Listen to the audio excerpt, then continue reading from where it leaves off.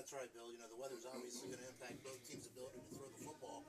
So we could see a little ground and pound out of both teams today, and we'll see who's able to make the adjustment to that the quickest, and see which defense can adjust to that. We look at the players. We've done quite a few of the Chiefs games, and Chuck, who do you see as being the people that we need to look at tonight that are going to play a key role if the Chiefs are going to win this championship? Well, obviously, the Chiefs are led by number 17, AD Antonio Davis. AD is a player with a lot of experience. He's played a lot of different levels of football, and just a good leader for this ball club. As far as offense tonight, also it looks like we mentioned that the run is going to be heavy. So we've seen great performances this year out of Carl Dove, the running back Ted Rivers, and of course T.J. Harris has shown himself to be an absolute bull in a china shop when he gets into the second level. So could be a heavy run game. As far as the receiving core, Bill, Dre Wright, number one, he's got great speed. Deshaun Edwards is obviously a great receiver, as well as Paul Jones and Eric Evans. So Cincinnati has no lack of weapons offensively. It's just a matter of how well they'll be able to use them in tonight's inclement weather. And on defense, of course, we've got Jameel Peoples and Vincent Harris, the defensive ends who've wreaked havoc for offensive lines all season. The man in the middle, Anthony Berry, really controls things. And in the secondary, and then in the middle, Big Eddie Davis controls. He's a space eater up there, as they call He him. eats a lot of cat there.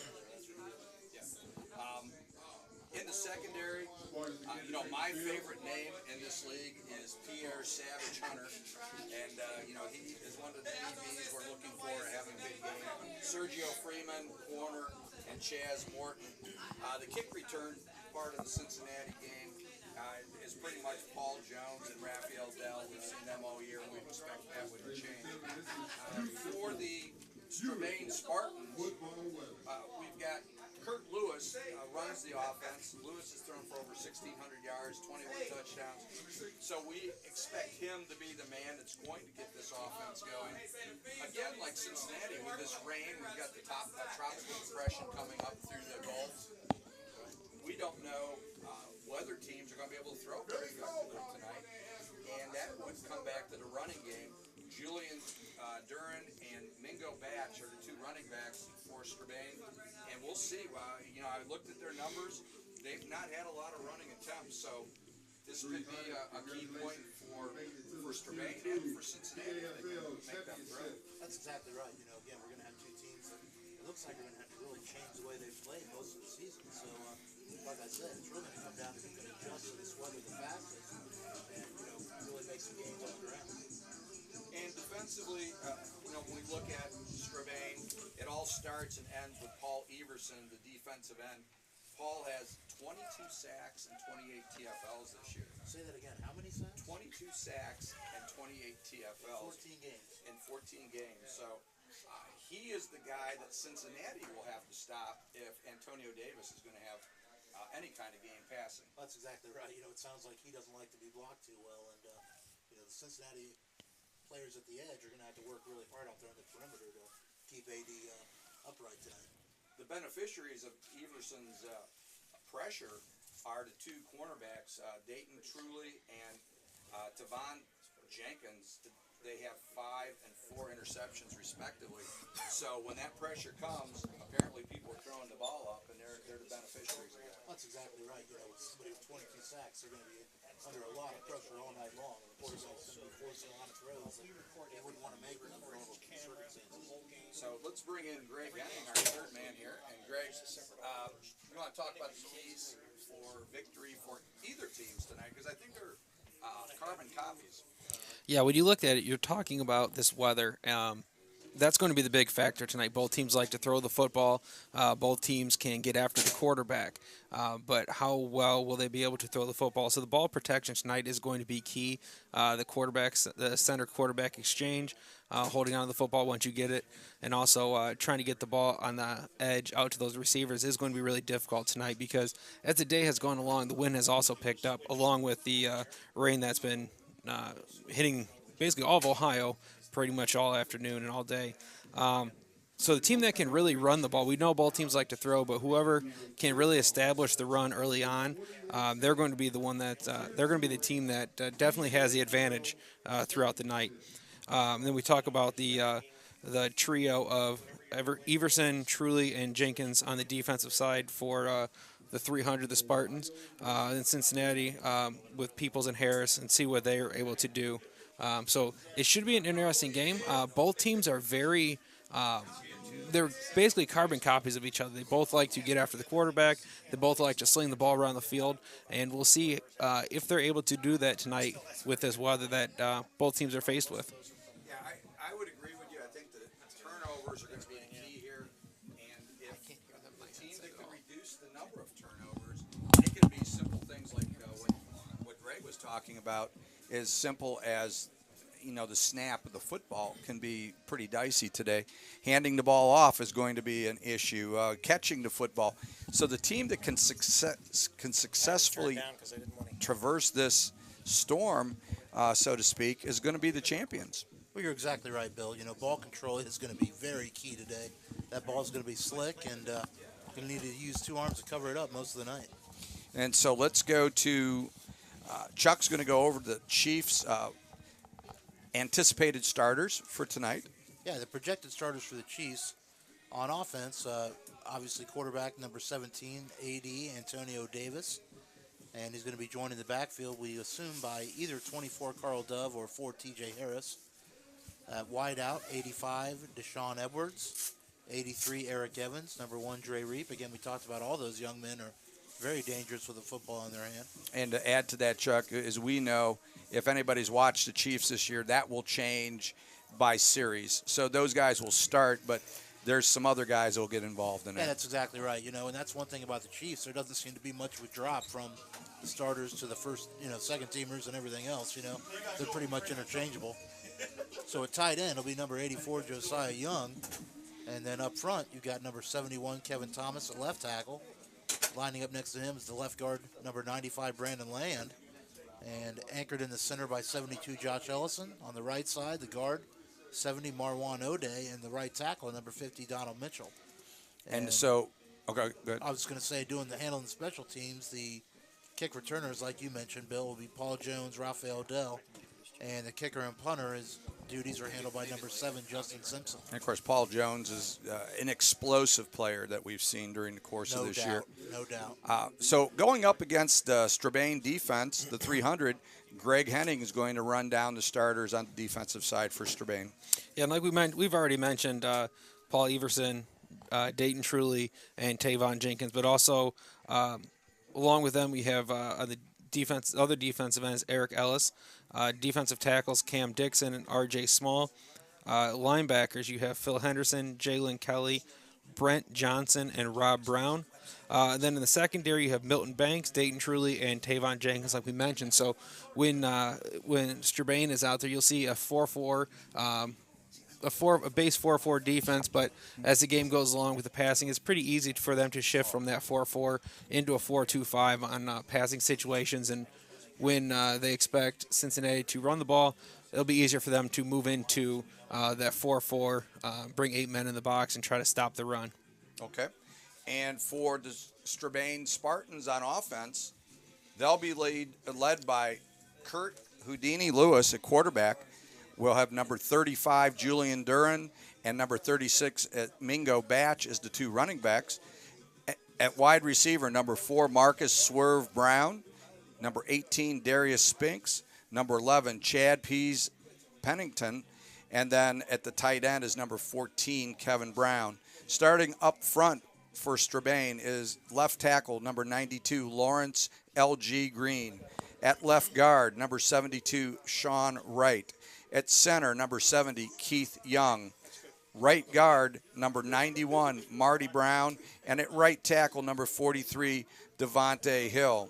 And so for the Cincinnati defense, we'll have, as we talked about, Vincent Harris and Jameel Peoples as the starting defensive ends. On the interior, you'll have big Chris Davis, number 52, and nose guard, number 94, big Eddie Davis. They are bigger Eddie Davis, and they eat up space in the middle.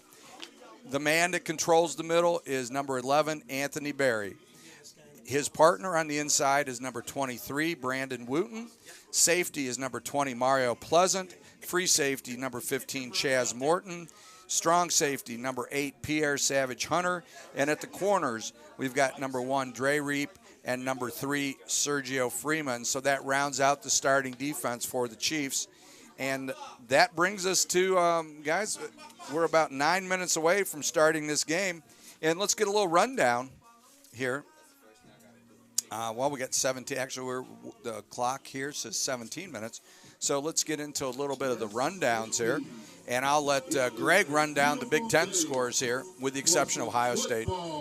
Yeah, we can't take a look at the Ohio State score because our good friend Chuck Hale, he's recording it at home. So No, you can let it go. I'll just block it out. we're not going to say it. I think we won't give you the score, Chuck. We're fairly confident the Buckeyes pull it out a squeaker tonight. I know they're way up. Yeah. So in the Big Ten, you had Western Michigan at Michigan. Michigan obviously with a big win there, 49-3. Duke 21, Northwestern 7.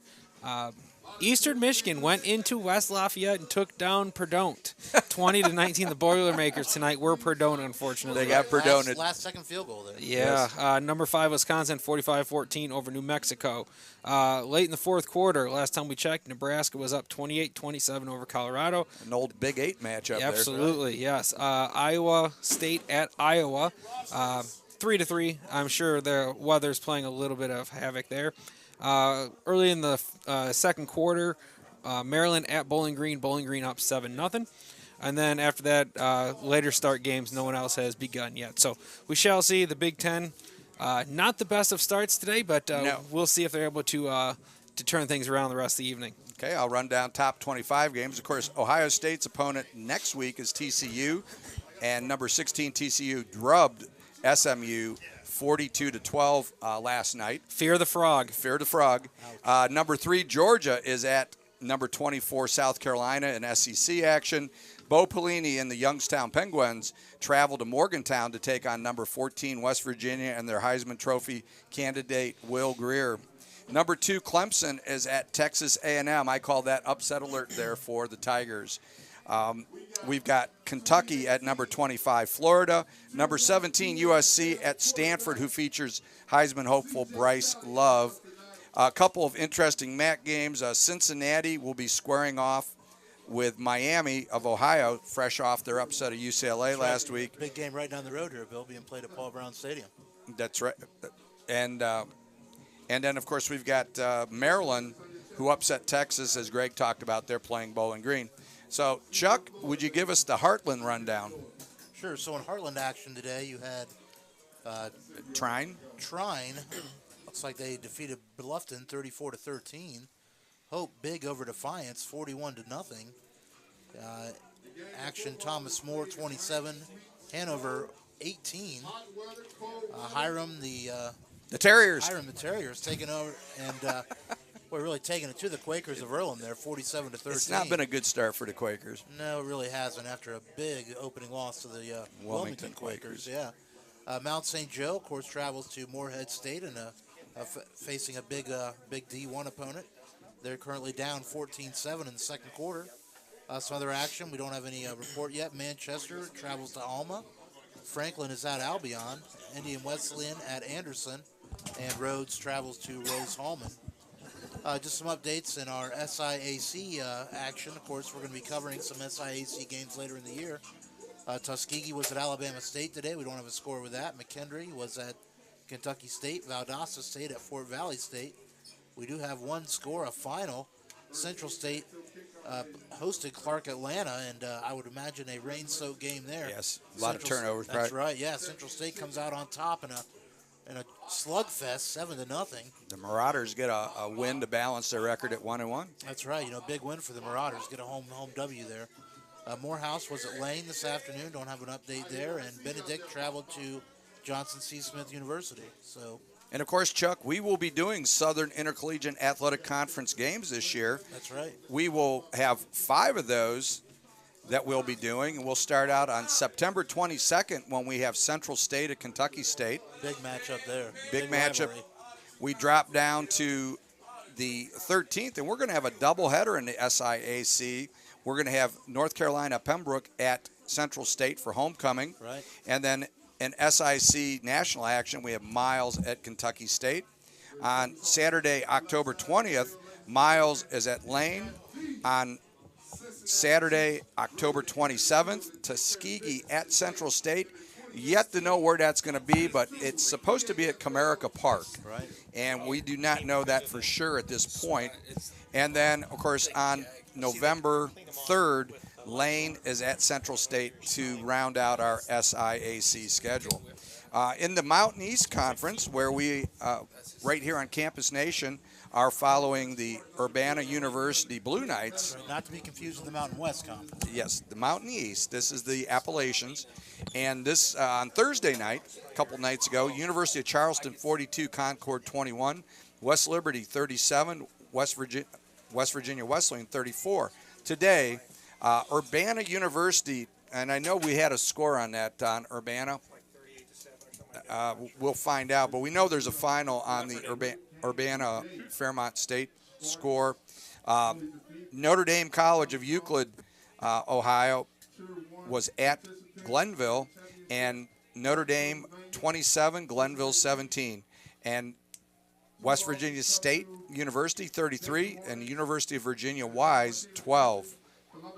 And we've got that 45-7. Fairmont State takes down the Blue Knights. Wow, so Fairmont State was predicted to do very well this year in the Mountain East, and that's a tough program, but that kind of surprises me. Urbana looked pretty good the last time we saw them. And Chuck, this coming Thursday night, we'll travel to Urbana again for a Thursday night special broadcast when Lake Erie takes on Urbana, 7 p.m. start. Exactly. Right here on campus.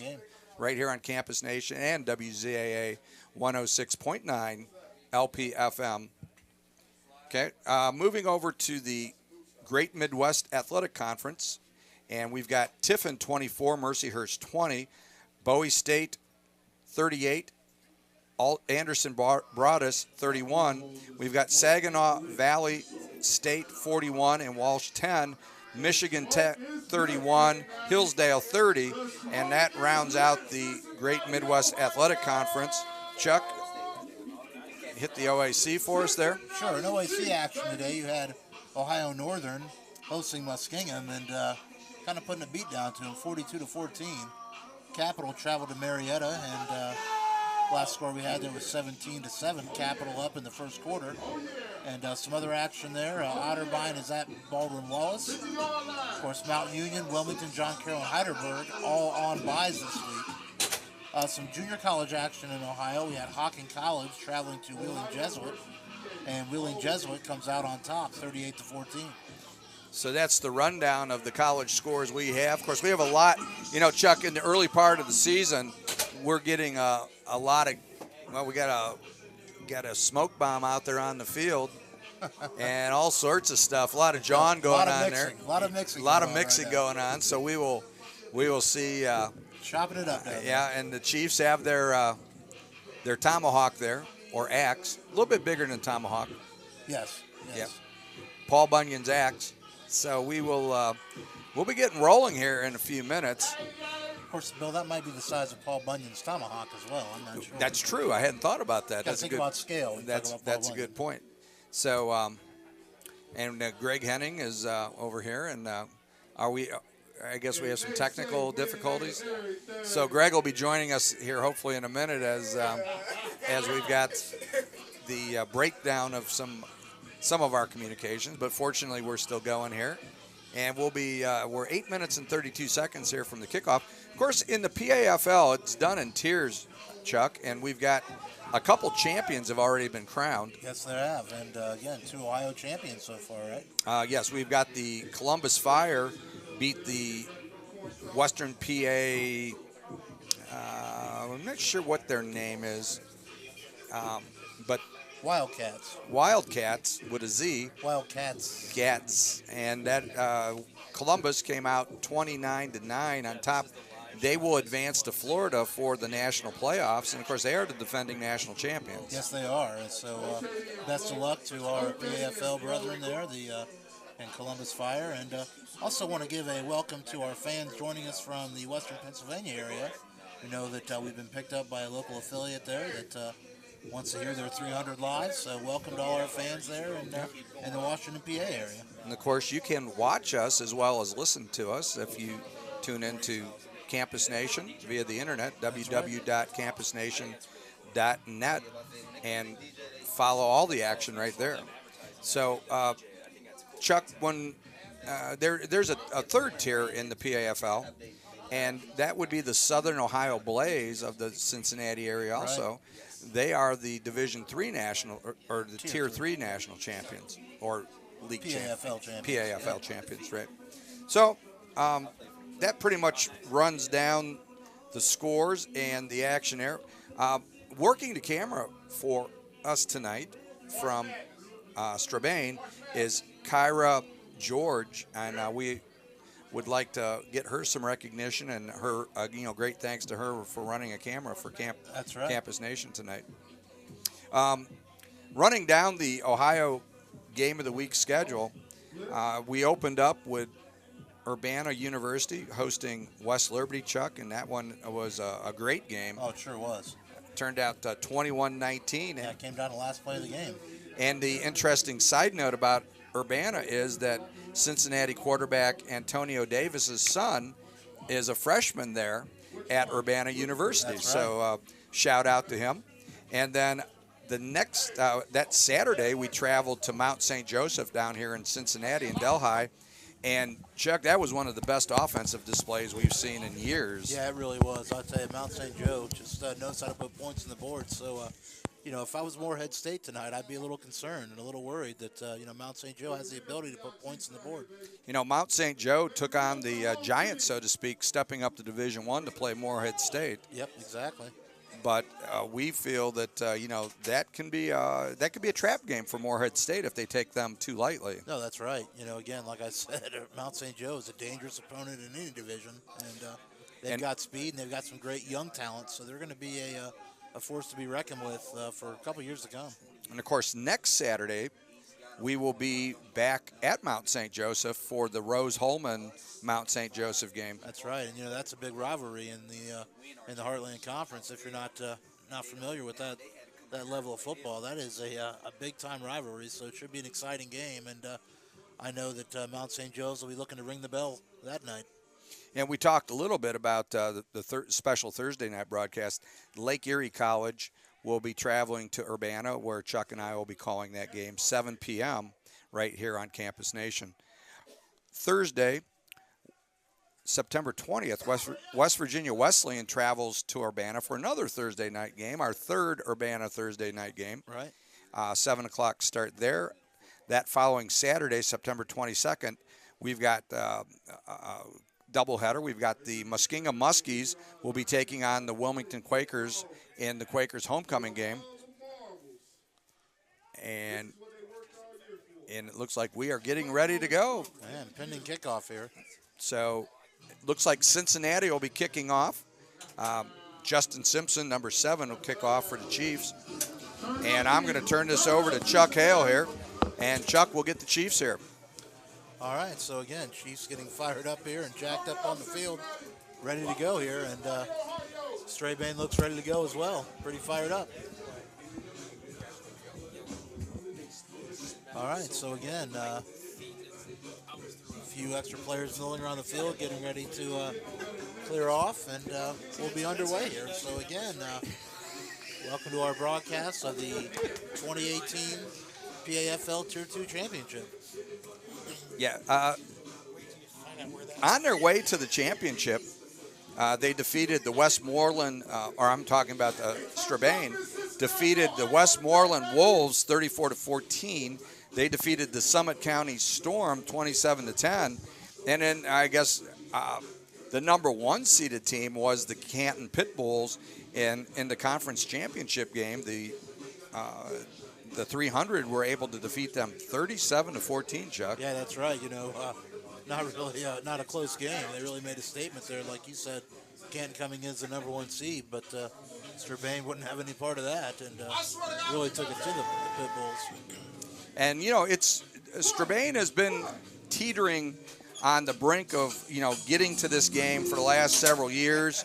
In 2017, they lost to the Ohio Broncos in the OFL Conference Championship. So they've been close, Chuck. They haven't been able to kick in the door yet, but they're looking to do that tonight, hopefully, maybe at the expense of the Chiefs. That's exactly right. Again, like you said, they've shown that they're a very successful program there in Western PA, and have been for the past several years. So finally getting a chance to quote unquote cash in their chips tonight with a matchup against the Chiefs. And if, of course, there are any championship, we got all sorts of we got some jawing going on the sideline there. Extracurricular activities going on pregame.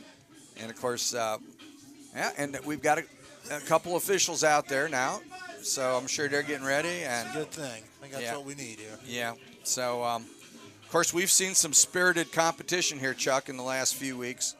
So I would not expect, obviously, a championship game be playoff football. Playoff football here. Emotions are that much more heightened.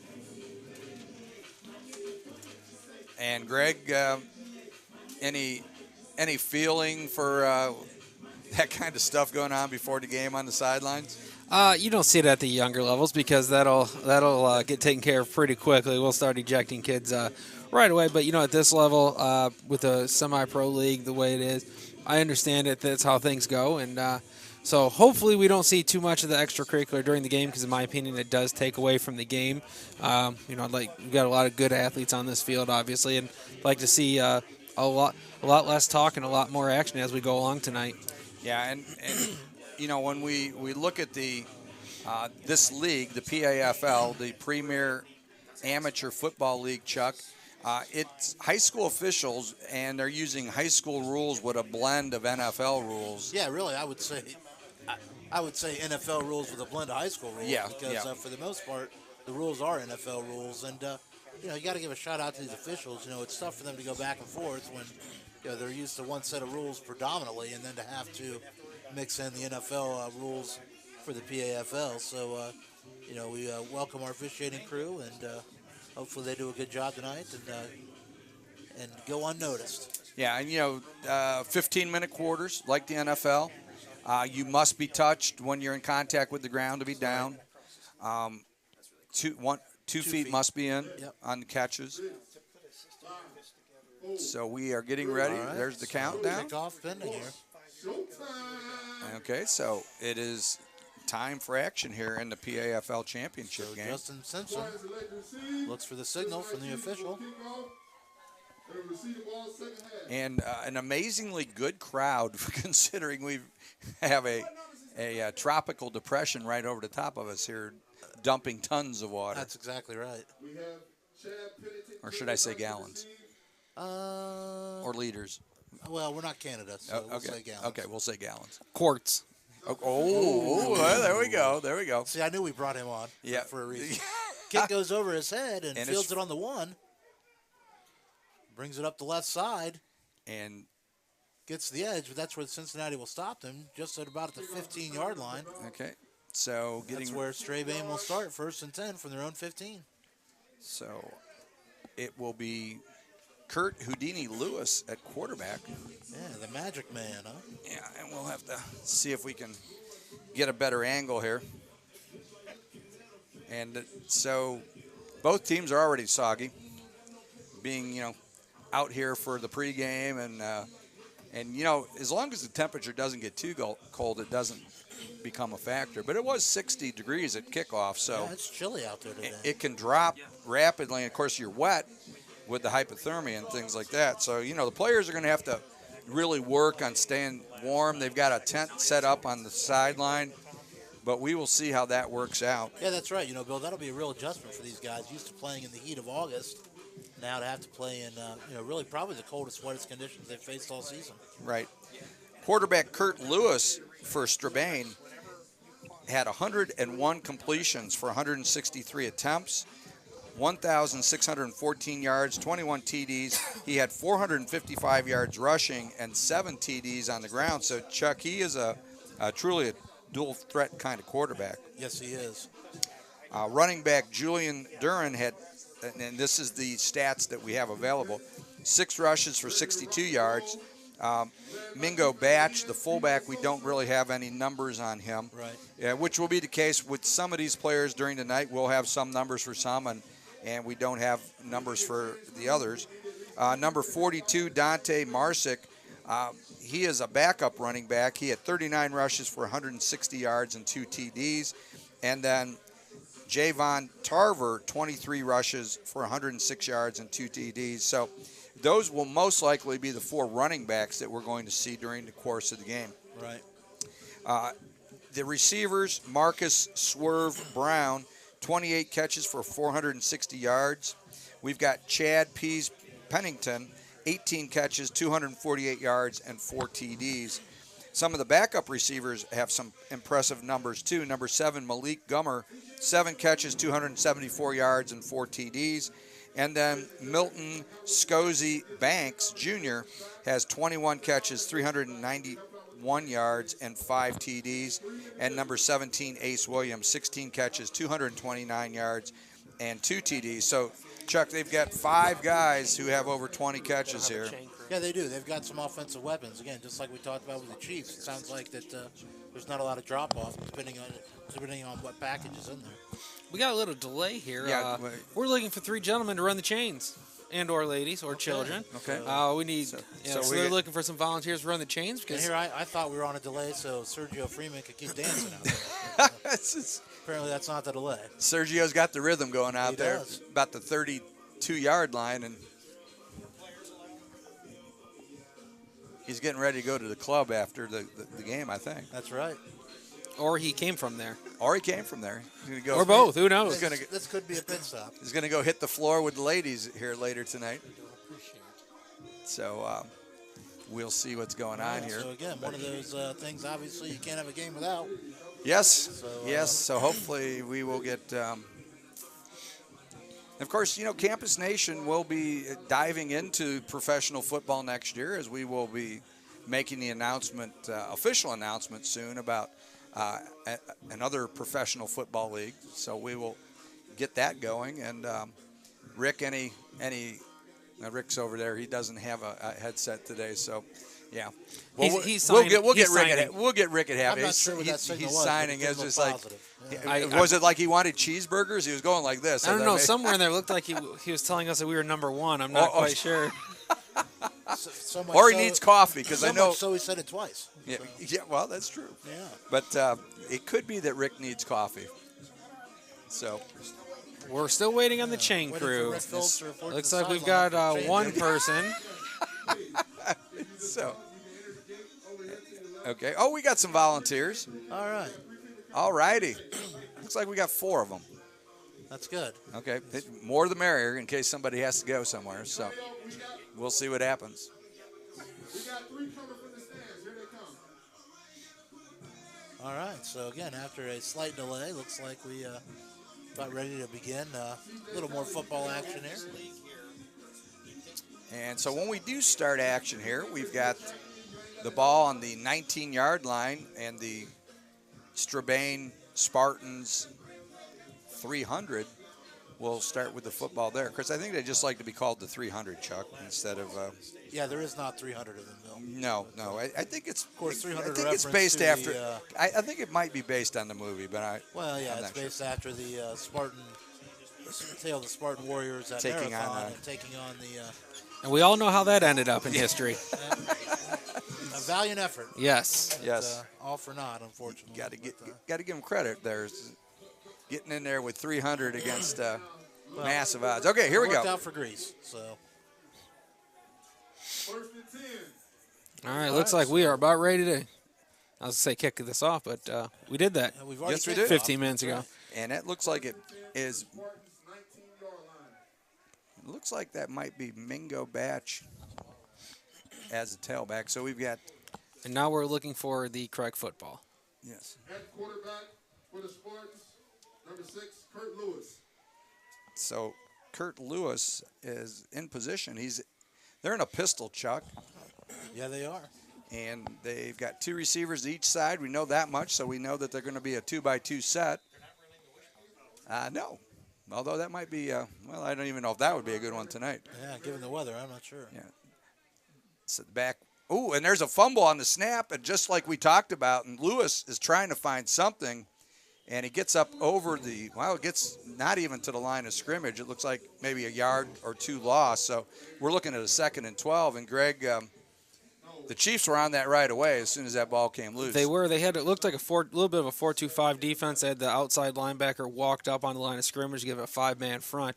And I think that's what you're going to have to do tonight because unless they prove that either offense can throw the football, you're going to try to get 7-8 guys up in the box. So Kurt Lewis in the pistol again, 2-by-2 set. He looks over, moves his back up to his right. And I think that's Mingo Batch, number 36. Oh, And that ball is on the ground. But number 21. And Yeah, it I looked think like he was down before that, Bill. Yeah. But boy, nice play by number 21. looks like Aaron Moore. yeah. Yeah, and again, that's they had him walked up on the line of scrimmage, that extra edge defender, and they kind of outnumbered him on that side, and with the slippery conditions, he was able to get in there and make that play. And I think that this could be one of those things. We're going to see this going both ways. It's going to be the teams that can execute a little bit and get something going here. That's exactly right. There's probably not going to be a lot of big plays tonight, a lot of sustained drives. So Right. So 3rd and 17, we got a 2-by-2 set. We've got Batch off to the right of Lewis. Even if they don't pick up a first down here, they really want to get the ball as close to midfield as they can because this is going to be a battle for field position tonight. that's Yeah, right. I mean, to get some of this back at 3rd and 17 would be huge. And punting is not going to be anything easy tonight. A little flare out to Batch, and Batch is up over the 20 to the 25, Makes a knocked nice out move. by the Chiefs at about the 27 or 28-yard line, short of the first down. And we've got our first laundry of the game. And I believe that might be Pierre Savage Hunter on the hit as he knocked him out of bounds there. That was certainly savage, And, again, one of my favorite names in football there. without a doubt. Of course, we had last Saturday, we had Kobe Swackhammer from, was it Capitol? Was it, No, or was that Mount St. I Joseph? believe, yeah, it was one of those. So we've got some good football names out there. That's for sure. So I'm not quite sure what they called, but it looked like it was a personal foul, maybe hands to the face. I can't quite tell. Okay. But it was on the offense, so Okay. we'll see if they are going to accept the penalty. you'd It think was with legal fourth hands to the and- face. And this, this, 4th you and know- 7, they probably turn this down. I think. No, they're yeah, But they I- are taking it. Well, I'll tell you what. In this kind of weather, with the field the position. more times that you have to make them snap the ball, there's a better chance for a More turnover here. So. sure. Yeah, that's right. And given the field position, backing them up just that much closer to their own end line. Right. So And anticipating that they will have to punt, that's not going to be any easy task here either. that's right. And again, they've only been able to get positive yardage one play. So 2-by-2 set. Lewis in the gun would batch off to his left, motion right to left by the slots. Lewis drops. He's in the end zone. He rolls to his right. He looks. He throws the ball up. Oh, intercepted by number 1, Dre Reap. And Dre Reap is back to the 10, 5. He's inside the 10-yard line, guys. And the Chiefs, yeah, some nifty moves by Dre. got down to the 5. Yeah. I thought he went out of bounds about the 9, but he stayed in and Yeah, got made a down to the nice 5. cut. Yeah. Real nice cut to get back in the middle of the field. and of course, Dre is the cousin of Amir Reap from Ohio State. That's right. So the junior defensive back for the Buckeyes. It was the right idea by the quarterback. He actually had a receiver open deep, but trying to throw into this wind, he wasn't able to get much on it, and it was an easy interception there for the defense. Yeah, that's right. He had a lot of space in front of him, but knew that his best chance for a first down was to throw it. But I think you're right, Greg. Just the wrong one. And my partner Chuck Hale with the call for the Chiefs offense. All right, so the Chiefs again take over 1st and goal from about just outside their own 5-yard line. And we'll see what AD and the Chiefs have dialed up here on 1st and goal. So they break the huddle, and we get a 2-by-2 look, 4 wide receivers. Backs offset to the left, and that's going to be number 12, Maurice Lovett. Maurice also the backup quarterback. AD gets the snap. Oh, a little quarterback draw. up the middle. And AD, and he's in for the Touchdown Chiefs. So just like that, guys, 6-0, 12-12 to go here in the first. Well, that's Chiefs interesting. get on the board first. They the Chiefs went 2-by-2 on that with one running back in the backfield with the quarterback, and the defense, the Spartans, the 300, they took two outside linebackers and moved them outside of the box. So they had 4 down linemen. They had one linebacker in the middle. They definitely outnumbered on that. So you had 5 offensive linemen, 1 running back against 5 defenders. So if that's what they're going to run all night, that kind of dime look, they're going to have a difficult time stopping the run. Yeah, that's right. You wonder if that was almost a check with me situation where you checked off to that. Yeah. And talking to Antonio last week, he said that he had run the ball quite a bit in the conference championship game. Right. So Simpson to attempt the PAT. Snap is down. The hold is up, and his kick is up. It's good. Okay, so again, 12-12 to go here in the first quarter. Your Chiefs off to an early 7-0 lead over the Strabane Spartans. Yep. That was all produced by field position and some weather that didn't allow the Strabane Spartans to get going. So we'll see this time if Strabane can get some better field position and get something going. Because in this kind of game, if you're forced into throwing, Chuck, this is going to be bad for either team if they have to start slinging. You're exactly right, Bill. And again, being put in a 3rd and long situation there, Strabane, like you said, was forced to throw. And, of course, Cincinnati just laid back and knew what was coming and dropped into the zone and picked it off. Yeah, to really change the field position, they're going to have to get a nice return. The Chiefs are kicking with the wind at their back, so they're going to punch it down to about the goal line nearly every time. So the Spartans are going to have to do something, try to get out past at least past the 20-yard line. Right. All right, so Simpson set to kick here. Kick is up. Drives it over his head again into the end zone. There's going to be no return on this one, so they will get the ball a little better field position this time. Now, one thing I noticed on that is the ball went into the end zone. In the NFL rules, the ball goes into the end zone, it is still alive. In high school, it goes in the end zone, immediately dead. College, you can return it if you catch it in the end zone, but if it rolls in, it's immediately dead. Right. That ball rolled in, and the ball was rolling around, so if it doesn't go out of the back of the end zone, the kicking team can recover it for a touchdown. So that could be something to look for tonight. And in this kind of weather, any type of advantage, so that ball, is going to be like a greased pig as far as trying to pick it up and run with it. That's right. And, I believe, if I'm not mistaken, Greg, that both kicks went over their heads. So, they did, yes. Yeah, Cincinnati's going to have to really be, sharp and aware looking for that because it could be there again. So we got a 2x2 set by the 300. Lewis is in the pistol. And if we go by, slot number, Brown motions from right to left. We've got a flag here, Bill. We might have an illegal formation or illegal procedure. Yep, false start. Yep. So apparently Strabane trying the Canadian rules there for not. It's usually when those big fellas, they start moving, you can't stop. Well, that's right. It's all about momentum with those linemen. Inertia. That's right. Inertia takes over, and there's nothing you can do. It wins every time. Yes, Exactly. It does. Yes, it does. So split to the right here is Milton Banks Jr. And in the slot is Kevin Brown. Brown motions from right to left, giving him trips to the left.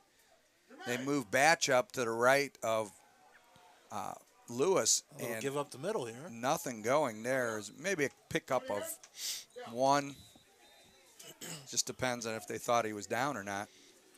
Yeah, the ball carrier there, number 36, and I don't have him on my roster, Bill. So. I believe that's Mingo Batch. Is that Yeah, Mingo? it is Yeah. Mingo Batch. So we have Spartan down, so they're down to 299. I see what you did there, Greg. I see what you did.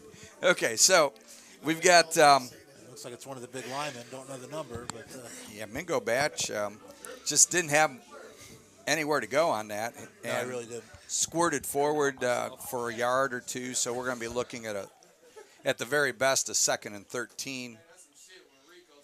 No, we're looking at 2nd and 15, so we had the false start, the procedure penalty, and it looks like got back. They moved the stick, so it's 2nd and 14. Yeah, I was think going to say he it's got a either little positive a yard yards or there, but Yeah. or two. So Not like I much. said, it's either the best it could be is second Yes. and 13 here. And then, and you know, the 300 there, they've got a fella with no shirt on with some kind of spear of some sort. Well, that's a Spartan. Come on, Greg. Yeah, well, He's one of the 300. He's well, now they're back up to 300. Yeah. So he's a little crazier than the rest of us, I Maybe would say. they should have him he should have the yard marker, have the down, something, the box. Yeah, it's kind of confusing, isn't it? We'll try to get a number there of the injured player. Looks like 70 maybe. It's Yeah. Keith Young, their center. That could be a big loss in Yeah, that would- conditions like this. Your that would be center a huge going out. loss. Yeah. That's Exactly that's a difficult one to take. Yeah. So, and Young has got no easy task with Chris Davis and Eddie Davis in the middle. There's tons of fun there for him to play against, and those guys, as we've seen Chuck all year, they are not easy to move. No, they're not. That's right. All right, so big number 52 enters the game at center. 52, that's Dennis Goodwine. Okay. Big is correct. And Dennis, Dennis is a big guy, and so Lewis puts Batch off to his left, 2x2 set. He drops, he looks, quick over to middle. No, it was out to the flats. My mistake on that, and I don't know if Is they're that going to. incomplete? Looks like he picked up about 7 on Yeah, that. so it's a I guess he did catch it. complete pass. So we're probably looking here at third and about 8 guys, and so that's encouraging. They got a completion, and they're out over the 20 to the 25-yard line. Yeah, it looks like they have about 3rd and 7, 3rd and 8. So Yeah. it's third down better here. what we've seen so far from their offense. So That's right. they are moving the correct direction. So Lewis in the backfield with Batch again, as we've seen Batch has went the whole way at running back. 2x2 set. And Brown again motions to his left, giving him trips to the left. Lewis looks, a little pressure, swings it out to Batch, but nothing there. Tried a little flat route to beat the heat, as so to speak. Yeah, kind of a screen action there, but again, like you said, all for naught. Yeah, Marty Brown and Devontae Hill on the right side of the offensive line really, they weren't able to hold up, and the pressure got to the quarterback. He had to dump it off into the flats quicker than he wanted to. Without the pressure, they may have completed it because there was some room to operate there along that far sideline. And we've got Dre Reap and Sergio Freeman back deep. And, Chuck, we usually get Raphael Dell and Paul Jones on this. So Yeah, that's right, a little different pairing here. a little change up for the Chiefs. But no less speed, I don't think. No, the Chiefs have no lack of speed. That is for sure. As you said, Chuck, anyone they put out there can run. That's so, right. So, and Dre drops back a little bit further.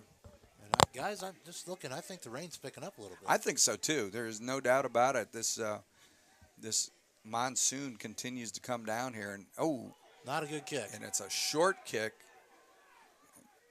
Does take a Spartan bounce. And now it takes a Cincinnati bounce and rolls back to about almost the line of gonna be scrimmage. It's a down. negative Yeah, 2-yard I punt on think that they one. actually lost yards on that. I Yeah. think you're right, Greg. Yeah, they're back to the original line of scrimmage, I Yeah, believe. that's right.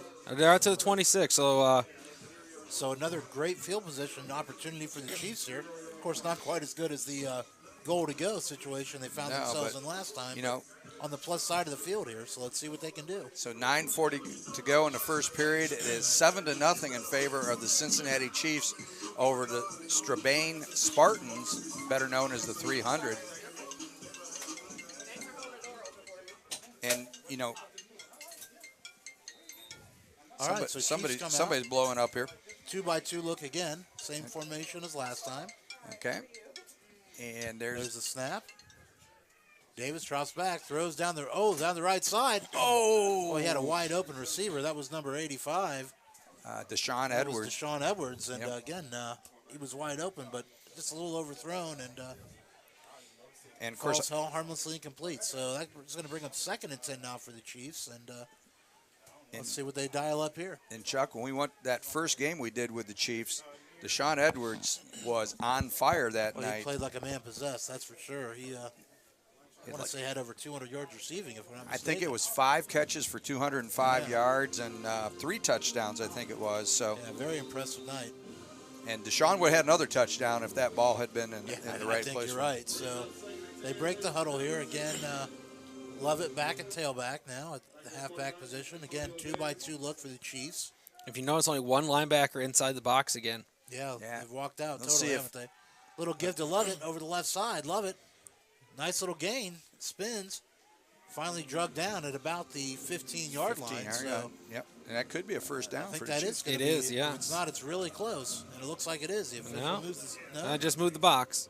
Oh. Yeah, they're going to Saw call that. it I thought it was going down, a 16 and a half if you get the micrometer out and check it. Yeah, well, again, I'm not sure Rick brought that tonight, did he? So Rick doesn't have the micrometer tonight. So. third and what, 38 inches maybe? So, Yeah, I think. yeah, I think. Another 2-by-2 look here. Love it again, the running back off to the AD's left. AD calls for the snap. Give it to Lovett, hitting the backfield, able to spin forward. He And, may have got it. Yeah, it's going to all depend on the mark here. Let's see where they spot the football. Yeah, looks like he's going to be a little. Maybe moved it up about to maybe 19 inches now. Yeah, Chuck. not much of a gain given there. So He was that's able to gonna get bring up fourth down. He was able to get past the first defender, but he was not able to get past Mr. Everson, which we had anticipated making a little bit of an impact tonight. Yeah, that's exactly right. He So- crashed down pretty quickly and was able to hold on. Right, so again, 4th and 1 now for the Chiefs. Big fourth down, first one of the game. Again, Chiefs come out in the familiar 2-by-2 look. Love it again, the running back. Lines up just to AD's left. And you might see Antonio again on a quarterback draw. We could. Strabane, though, playing tight to the box. Yeah, showing yeah, blitz. they got blitz in the A gaps, but they back off a little. Okay, there's the snap. Yep. Snap is high. Oh. AD throws it up. Oh, and that's broken up. Yeah, I'm not sure that was supposed to be a pass, but anyway, intended for. I think he saw Paul Jones come in there. And, Yeah, it looked like it was intended for Deontay Riley. But Or falls Deontay Riley, incomplete. yeah. So that's going to be a turnover on down. So the Spartans able to hold. And, So the 300 take possession. starts over there, and boy, just miserable out there handling that ball, Chuck, because AD just did all he could do. Yeah, that's right. Again, these balls are only getting slicker as the night goes on, too. So I expect more of the same. 7:35 to go in the first period. 7-0. The Cincinnati Chiefs over the Strabane Spartans. And the thing I noticed, Chuck, when we came in, is all of the Strabane players, I would say, drove individually or drove in pairs. Oh, really? And that's quite a drive there Yes, it to is. come in and play a football game. Yeah, that's right. Okay, so Lewis is in the pistol again, and as we've seen, he usually moves batch to the right or left. Motions the right slot over to left, gives you 3 to the left, 1 to the right. And I think that is Julian. That is Julian Duran, and good quickness by Julian. Maybe picks up maybe 3 yards. Yeah, showed some really quick feet out there, but unfortunately, there's just too many Chief defenders around. Yeah, I think he's going to find it really difficult to bounce it to the outside of this Chief defense. If he was a little more patient on that and cut back to his right, there was a little bit of a gap, and he could have burst through there for a few yards, but he tried to bounce it and was able to pick up 1. Kind of like your Pittsburgh runner. Yes, yeah. Except he's not playing, I don't think. Yeah, he's not playing this week. No, Little Le'Veon Bell is, of course, Le'Veon's back with the Steelers here after. kind of. Well, kind of, sort of. Kind yeah. of, sort of Yeah. back, That's yes. getting to be a familiar thing, if I'm not. Yeah, and I think the mistaken. Steelers just may continue to do the franchise thing with them. Might He as hasn't well. left them much choice, has he? Yeah, I don't think they do. Okay, so we've got Julian Duran in the backfield. Slot motions from right to left and remains in the pistol. Lewis drops. He resets. He's moving to his left. Now he decides to sprint out, spins, and he's corralled by a host of Chiefs. Yeah, I'll tell you, a lot of patience shown by Houdini there. Yeah. And I see why they call him Houdini. He looked like That's right. Houdini trying to get out of that. Escape artist right there. Yes.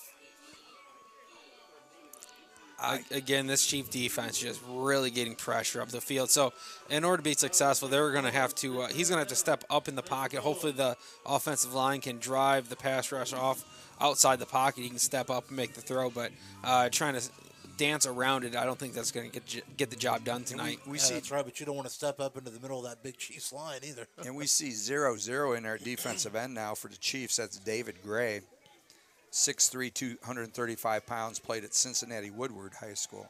Lewis drops. He's under pressure. He gets out to his right. He looks. Escapes. The ball's up. And I believe that was number 8.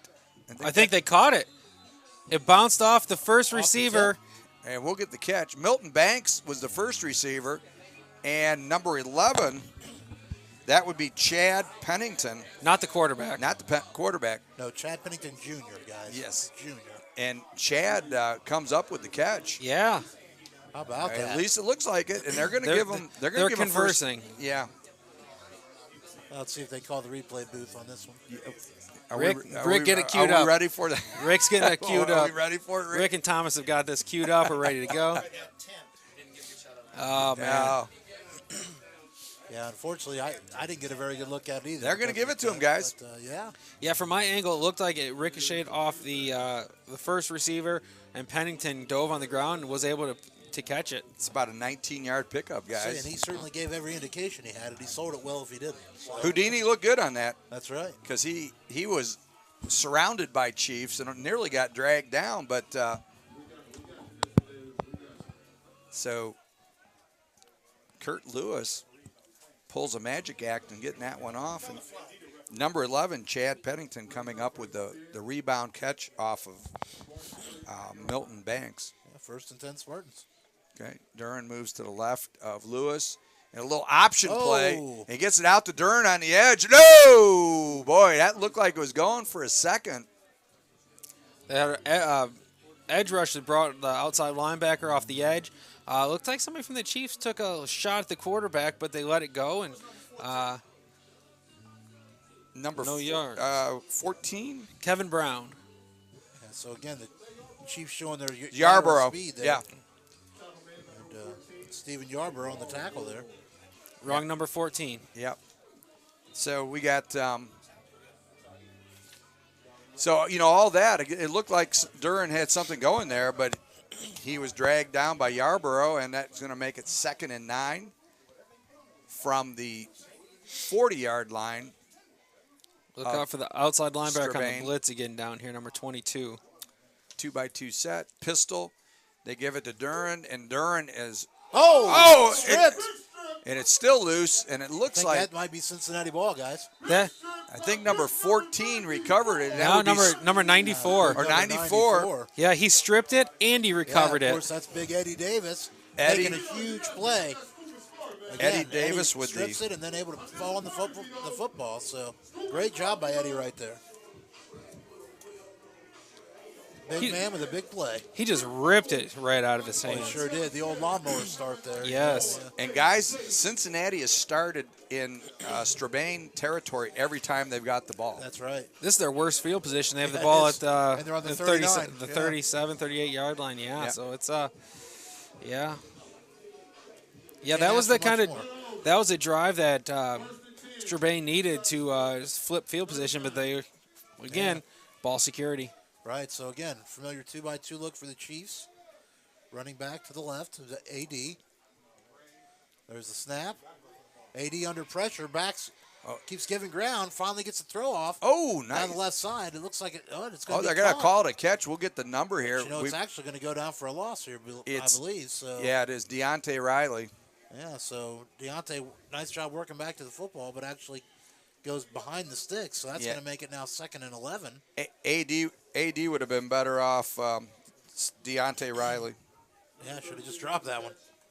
But yeah, nice job working back. So again, that's actually going to be a loss of about 2. So 2nd and 12 here now. Yeah, I was saying that's one where AD might have just said, I'm going to throw it at his feet. And, Yeah, great effort by the receiver when you don't want it. right, exactly. But, of course, you don't always know where you're at when you're coming back like that's that. right. So, All right, so again, 2x2 look. Running back to the left. That is 24 Carl Dove this series. and Ted Bell was number 28 who was in last play. So All right. we're seeing some of the backs we talked about, Chuck, getting in there. A lot of pressure now. AD swings it out to the over the right side, but falls incomplete. Yeah, Mr. Everson got in there, and they weren't going to hold that football any longer than he had to. No, there was a lot of pressure there, and again, Khalid Ali open in the flat, but just not able to hang on. So that's going to make it 3rd and about 12 now. So, Again, Khalid Ali, another one of those Chiefs receivers we've seen make an impact this season. you know, guys, back in my coaching days, in this situation with this kind of weather, what we might have done is went in the shotgun and quick kicked. Yeah, Wild Bill Rayback was known to pull a few Bill Belichick tricks every once in a while. Why not just drop kick it here? All right, I don't know about that one, but 2-by-2 look here again. Dove to the left of AD. 3rd and long now. Strabane walking up, backs out of it now. AD with a snap. AD's back, got throws time. Over the middle. Yes! It's going to be complete. Looks like that's number It's 16. Khalid Ali. That's Khalid Ali this time with a catch. Yeah. That's going to be good for a Chiefs first down. Chiefs on the move. And they mark it about the 18-yard line, Chuck, and that was a nice strike by AD with a wet football. Yes, it really was. And so Khalid cradled that thing all the way in. yeah, he sure did. So we're inside 2 minutes to go in the first quarter here. Again, 1st and 10 Chiefs from right at the 20-yard line. They break the huddle again. Familiar 2-by-2 formation.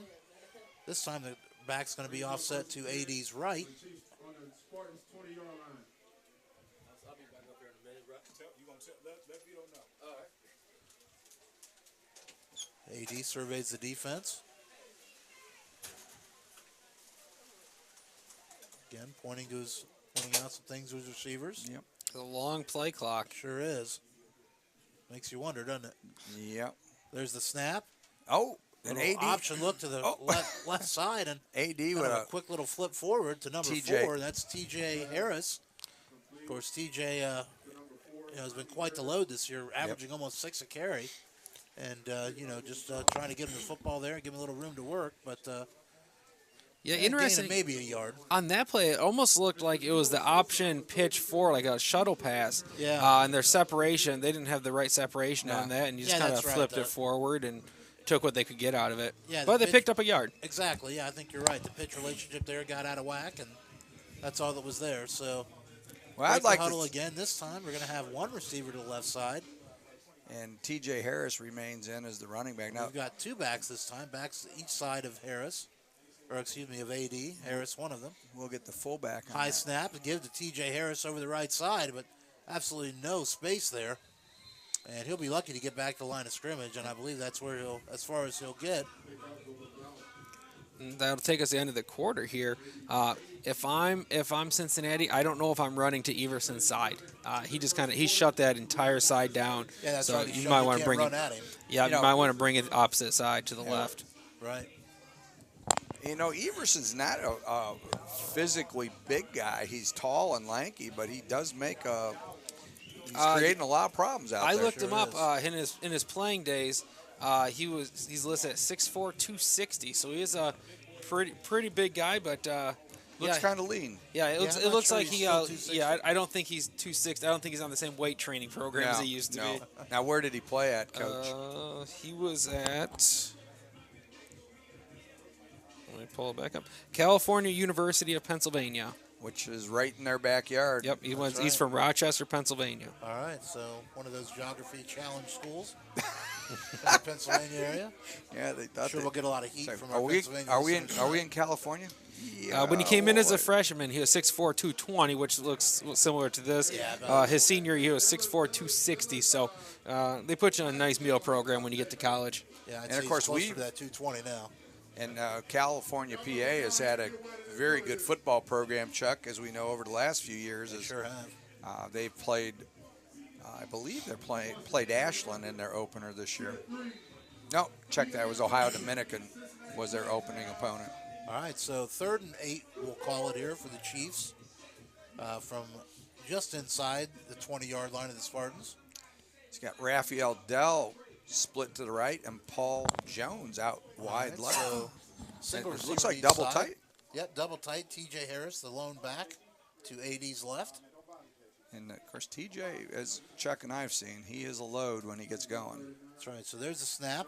AD fires over down the right sideline, looking for Dell. Oh, I think Dell got it.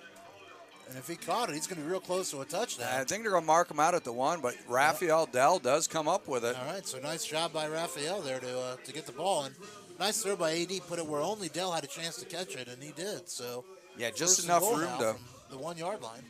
Yeah, just enough room, Chuck, to turn around and get it and fall out the 1. That's exactly right. The amazing part is he was able to make that throw into this wind. Now that they flip sides, he threw it into the wind, and it's that was a really impressive pitch and catch there. Yeah, it really was. You're right. And Greg. I think now, what you do is you tighten up your gaps down here a little bit and try to bang it in. Yep. So 2 backs now. You got Harris. 53 and is 53, the fullback there. Get a name on number 53 here. Looks like the slant's wide open to the top. We'll see Nino if, Simpson, 5'10", 265. They give to Harris over the left side. Harris hitting the backfield. Ooh, slumped now down that for could have a been loss. face mask on Yeah, that. they're going to call it. So I was going to say they dragged TJ down by the face yeah, they mask. sure did. So again, loss in the play, but that's going to be negated by the penalty, and it's not going to be first and goal from about the 12-inch line. Yeah. So they talk it over out there, but I'm pretty sure it's just going to be replay first down, and it'll be about a yard loss. Want to, Greg? Yes, well, NFL. See, in high school rules, that would be 15 yards from the that's right. spot of the foul, which in this would be half the distance. Right. However, in NFL, because the penalty happened behind the line of scrimmage, they then take it to the line of scrimmage, then assess it from there. Okay. So it's like a double jeopardy against the Yeah, defense. So they're about Will the be half, the distance. So. Yep. the 6 3/4 inch line there. See, it's nice to have a zebra up top, isn't it? Yes, right. it is. Greg tapping in with his official. That's right. It is knowledge official. there. Official Same knowledge. formation here. And TJ bangs it in. I think Yeah, he's Harris in, right and in that the is a middle. touchdown for the Chiefs. All right, so the Chiefs again get on the board with 13:53 to go in the half. Your score, Cincinnati 13, the Spartans 0.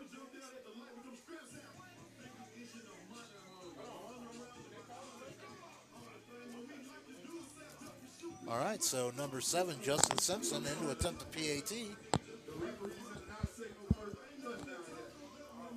They did.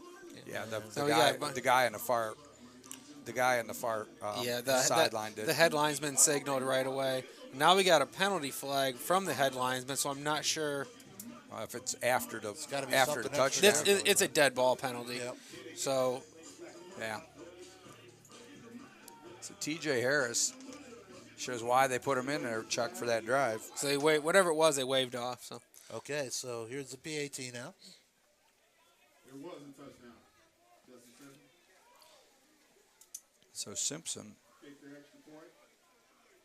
attempts to make it 14-0 in favor of the Chiefs with 13:53 to go here. And stoppage of play here. Looks like we got some motion up front, and we do. Going to be a procedure penalty against the Chiefs. Back them up 5 yards. We'll try it again. I noticed that even though they're playing NFL rules, they are kicking from the line of scrimmage is the 3-yard line, like it Yeah, the PAT like, is. like right. it used to be. Right. Yeah, and I would say the reason for that is the kicking in this league is Yes. not real strong. Yeah, it's So- not real strong in the NFL anymore either.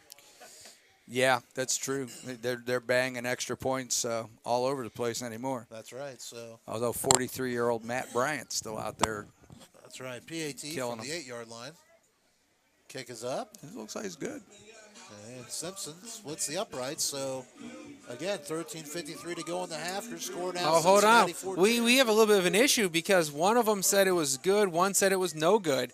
So the communication on the officials there, How about that? the one closest to us said it was no good. The one on the far side said it was good, but Now the white hat says it's good. So Oh, okay. Let's Yep. see. That overrules it. well, now they're going to talk about it to discuss it. and I don't Because know from that I've here, ever seen that. I didn't think it went through. It Really? looked like it fell short. Yeah. We'll see what they.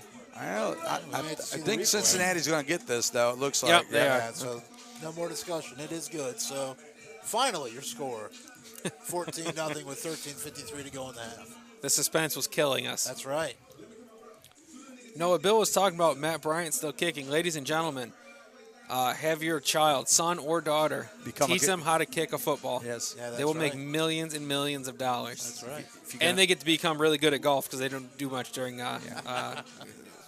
Long as you can keep them out of soccer in the process, that makes it even better. Well, Unless they can go to Europe, because then they'll make hundreds of right. millions of Well, dollars. that's true.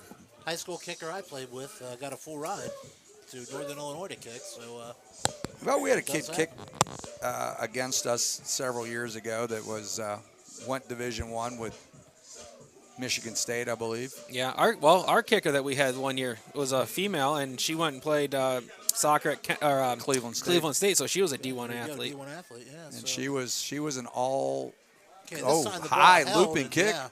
Boy, and Greg, you're right. The wind is really playing And I havoc on this. think that's this Batch. direction, And Batch runs it out of bounds at the 45-yard line. yeah, only kicked it to about the 35 or 40. And again, like you said, Batch brings it up to the 45, and that's where Strabane will start, 1st and 10.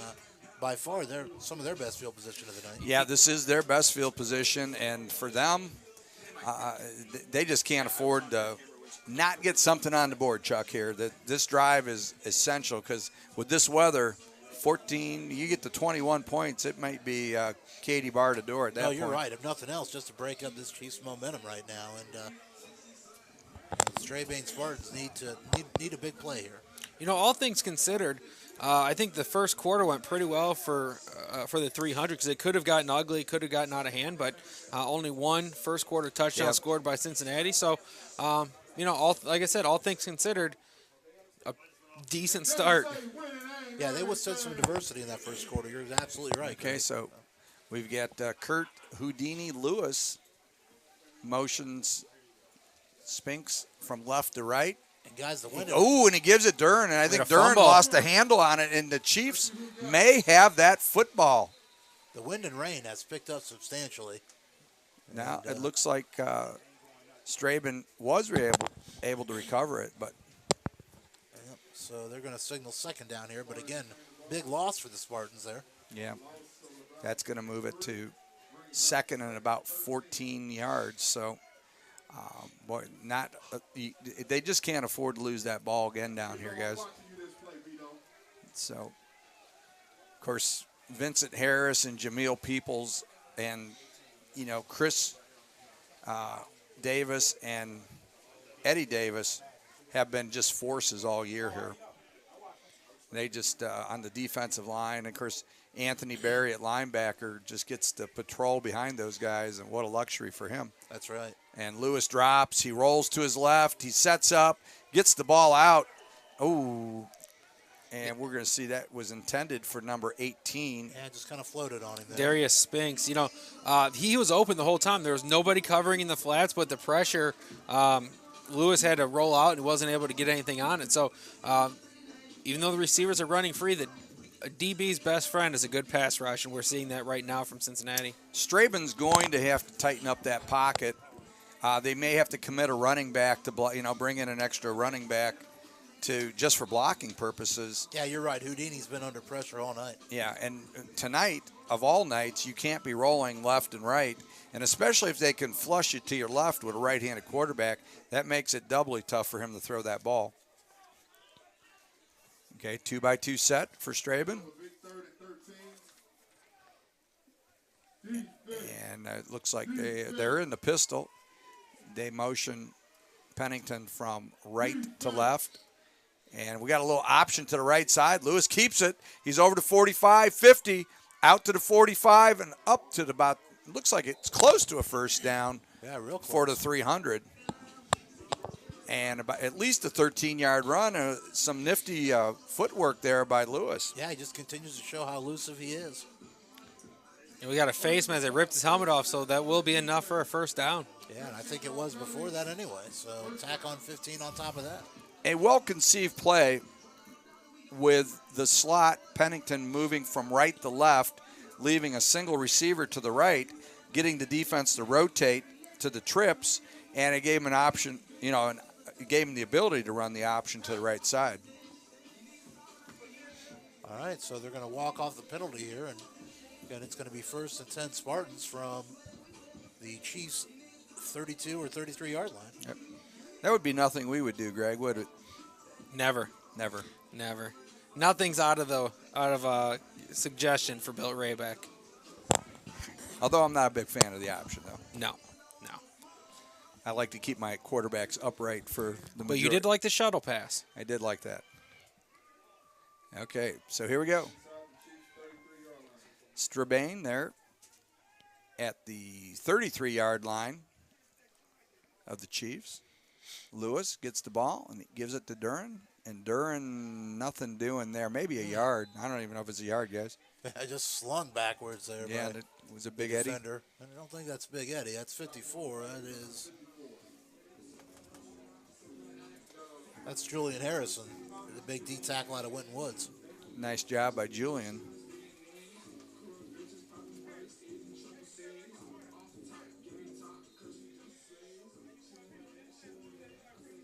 All right, so that's going to bring up second and about 7 for the 300. Okay, so Strabane comes up, and they're going to go, looks like a little Closer to 8. ace formation, a wide ace formation to the right, single receiver to the left. Lewis offsets his back to his left in the shotgun. Wow, I'm not sure. Lewis is going to have to scramble here. He steps up, he looks, and nearly caught by Pennington. Yeah, it just slips out of his hands. Boy, they're really lucky they didn't get a procedure penalty on that because the receivers were jumping around there in that trips formation.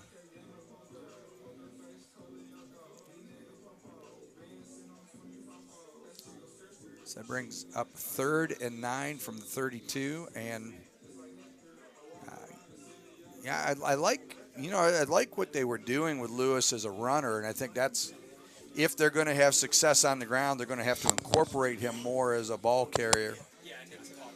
Yeah, you're right, and they've already shown that a little bit by some of the options they've ran, and you're right, they may have to continue that. All So right, again, 3rd down here. We get a ace trips formation to the right, single receiver to the left. Lewis with his running back off to his left. They motion Pennington to the inside of the trips. And Lewis rolls to his left. He rolls. And Jameel Peoples had him, but no, Lewis gets away. He's still on his feet. Dropped for a big loss. Yeah, I'll tell you, back he's not going to get away from Big Zero. That's David Gray. Yeah, and Aaron Moore, I think, number 21, also was in on that. And, wow, Lewis got dropped at the 45-yard line. The ball was at the 32. That's a 13-yard loss, guys, going there. Yeah, we got a Chief Chief down. 54. And that's Julian Harrison, I believe. Yep, you're right. So he's held to his feet and working his way off the field now. Boy, Jameel Peoples thought he had Lewis on the sideline, but Lewis was able to get out and kept. He had him all measured up there, didn't he? Yeah, he sure did, and wasn't going to happen there. So it's going to bring up 4th down and Wilmington here. Wrong direction. to use what a Chuckism there. That's right. 4th and the Indiana line, maybe. All right, so We're not quite sure what was going on there. Whistle. We had a bunch of whistles on that. Pretty quick, but Boy, guys, that almost looked like that was a fake from the very beginning on that because it didn't look like he had any intent to kick that ball.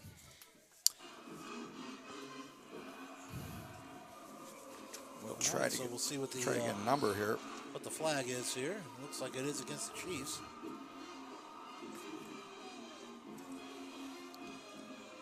And I don't think that's their normal kicker there. And I think, did they just wave it off? That was a timeout. Chiefs. There we go. Okay. So 9:09 to go in the second period, 14-0. The Cincinnati Chiefs over the Strabane Spartans. David Gray feeling it out there. Yeah. And we got, looks like AD's playing the clarinet over there on the sideline. The Chiefs are feeling it right now. That's right. Up 14 Yeah. with 9 minutes to go here in the half. So here we go. 4th down. We're going to try this again, guys. So Strabane comes out. Standard split punt formation. Blocking back to the right. Chiefs look like they may be coming. Yeah, I was going to say the rain looks like it's slowed down a little bit, but that's whoa. And that ball gets out and is going to hit poor about kick, the though. 35-yard line, rolls to where the original line of scrimmage was, which is about the 32-yard line, guys, and that's where the Chiefs will pick up play there. All right, so just inside 9 minutes to go, Chiefs now have the ball, 1st and 10 from their own 32-yard line.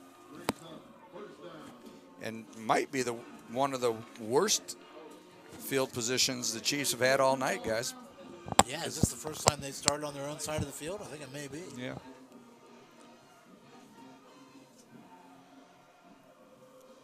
What? 8:58 to go. Second quarter, 14-0. The Cincinnati Chiefs. All right, so they break the huddle, and looks like a similar formation they've been running now. You got 2 receivers to the top, 1 to the bottom now. Running back looks to be number 24, Carl Dove, lined up to AD's right. I'm here, you not. There's the snap to give. Running back hit immediately. That is Dove, and he's going to have a loss here of probably about 4 or 5 yards. Yeah, I'd say. Like I said, hit almost immediately. The Spartans looked like they could have taken the handoff. They'd have wanted to. Yeah, number 53, Xavier Severns, came right through there untouched and was able just to swallow him up. And Xavier is one of those guys, has 30 tackles on the season, 9 TFLs, and 4 sacks. Right. So he has had some good numbers. Yeah, so in the spot, it's a little worse than we thought. It looks like it's 2nd and 16 now for the Chiefs. And knocked back all the way to about their own 27-yard line now. That's where they'll break the huddle, come to the line. Running back is still Dove, through 2 receivers to the top, 1 to the bottom. It looks like they've moved Everson inside now to a tackle position. Okay. So AD looks for the snap. There it is. He rolls to his right. He's going to tuck it and run. AD with a nice little gain up here. Oh, and upended. Yeah, he's going to pick up probably about 12 yards. He's going to bring up a we'll call it 3rd and 4, or 3rd and 3. Yeah, he's going to be a little short, but Chuck, you got the majority of that back. Yeah, he sure did. And actually, it's a little better than I thought. It looks like it's 3rd and 2 now. Yep. So very manageable 3rd down situation for the Chiefs coming up. Yeah, they did move him inside, and nice job by number 78, Carlos Davis, being able to stop and got his hands on him, and Evers, he wasn't able to get away. So Carlos is a little guy, by the way. Yeah, he's a little guy, only 6'5", 400 pounds. Little by what standard? Did play at Ball State, so he's seen some pretty good defensive linemen in his day. Seen some competition, I think. Right. Yeah, big 3rd down now for the Chiefs. Just over 7 minutes to go here in the half. 7:06 to go. And it looks like we're going to have a stoppage of play here. Timeout, Strabane. So again, with 7:04 to go in the half, your score, Cincinnati Chiefs 14, Strabane Spartans 0. Could be a water break, guys. Look up. Yeah. I want to stay hydrated, that's for sure. Yeah. Won't be a busy night for the trainers as far as that's concerned. No, but could be a lot of slips and things like that tonight with this weather. Yep. So, guys, we've been through the majority of our PAFL season, and Chuck, your impressions throughout the year here? I think we've seen a lot of talented football players, and again, a pretty high quality of football. I think people hear semi-pro and people that aren't familiar with it have kind of a negative connotation, or they don't, they question the ability of these players or the commitment. But we've seen a lot of passionate play all season by a lot of really great athletes. So, it's been a great first year as far as I'm concerned. For sure. All right, so timeout ends. They break the huddle. 2 receivers to the top, 1 to the bottom. Again, Dove, the running back, set off to the right. AD surveys the defense.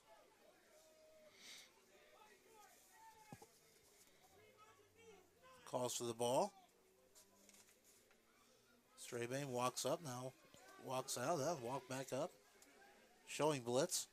There's the snap. AD throws out to the right side. Oh, dangerous.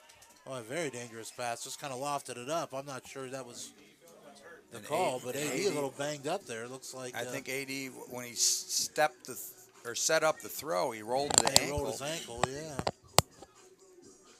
And that could be really devastating for the Chiefs. Yeah, it could. So, again, that was third down. So now a fourth down for the Chiefs, and Lovett's going to enter the game. So it looks like they may be going for this.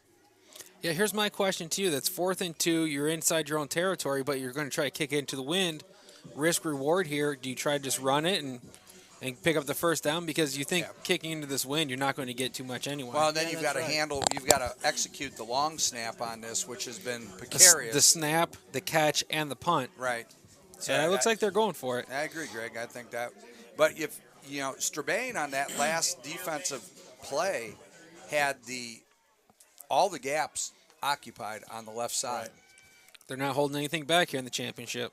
Thanks, Dan. All right, so Lovett takes the snap and hands off to Dove, and he's hit immediately. Oh, fumble! The ball's knocked out, and That could be a game changer right there. And I think looks like Strabane's going to get the football one way or the other here. Let's see if they are. Strabane got, and that was, of course, Paul Everson was the one that came up with it. Shocking. All right, He so seems to another be big everywhere play. the ball is. That's right. So Paul Everson comes up with I'm not sure where it initially started. We know that there was a missed handoff, and then the ball got kicked around. And Yeah, so Strabane with their best field position of the game here, looking to get on the scoreboard before the end of the half. Yeah, that broke down really quickly up front. Strabane just came through there with seemed like 300 and was able to swallow with the ball carry. What bad handoff, bad conditions, backup quarterback. There's nothing going right on that play for the Chiefs. And I see AD down here in the tent, and it looks like he's in visible pain down there on the bench. Okay, so we've got 2-by-2 set. Nope, 3-by-1 set again.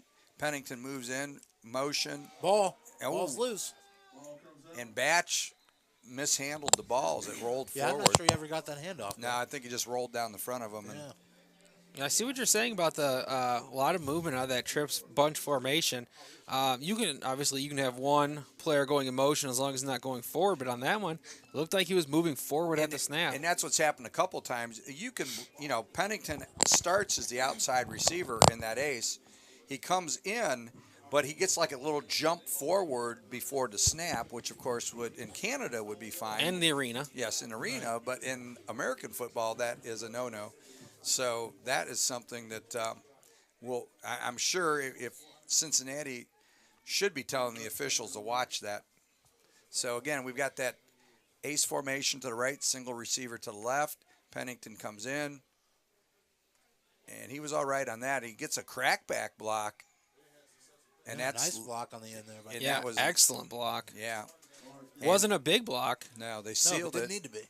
and Lewis with a nice little run there. And that's a first down. That's enough for Strabane. Looks like it's going to be 1st and goal. So the first time, 300 going to be inside the 10-yard line. Goal to go. And this is big for Strabane with 5:06 to go in this second quarter to put it in and cut it to 7 guys in this weather, boy. Yeah, they need to put a touchdown on the board here. They really No, do. You're exactly right. And you got to believe right now the concern for the Chiefs is Antonio Davis. Is he going to be available for the rest of the game?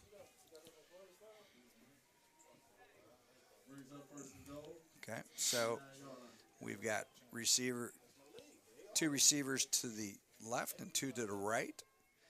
And Lewis has Batch. And Lewis loses the ball and just dives on it, hoping to minimize the loss. I think it was down at the 10, so it looks like they lost a yard on that.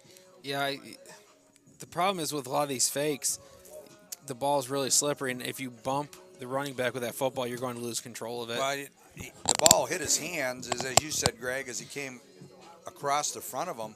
Just the slightest brush puts that ball on the ground. Right, yeah, that just gets slicker and slicker as the game's going to go on.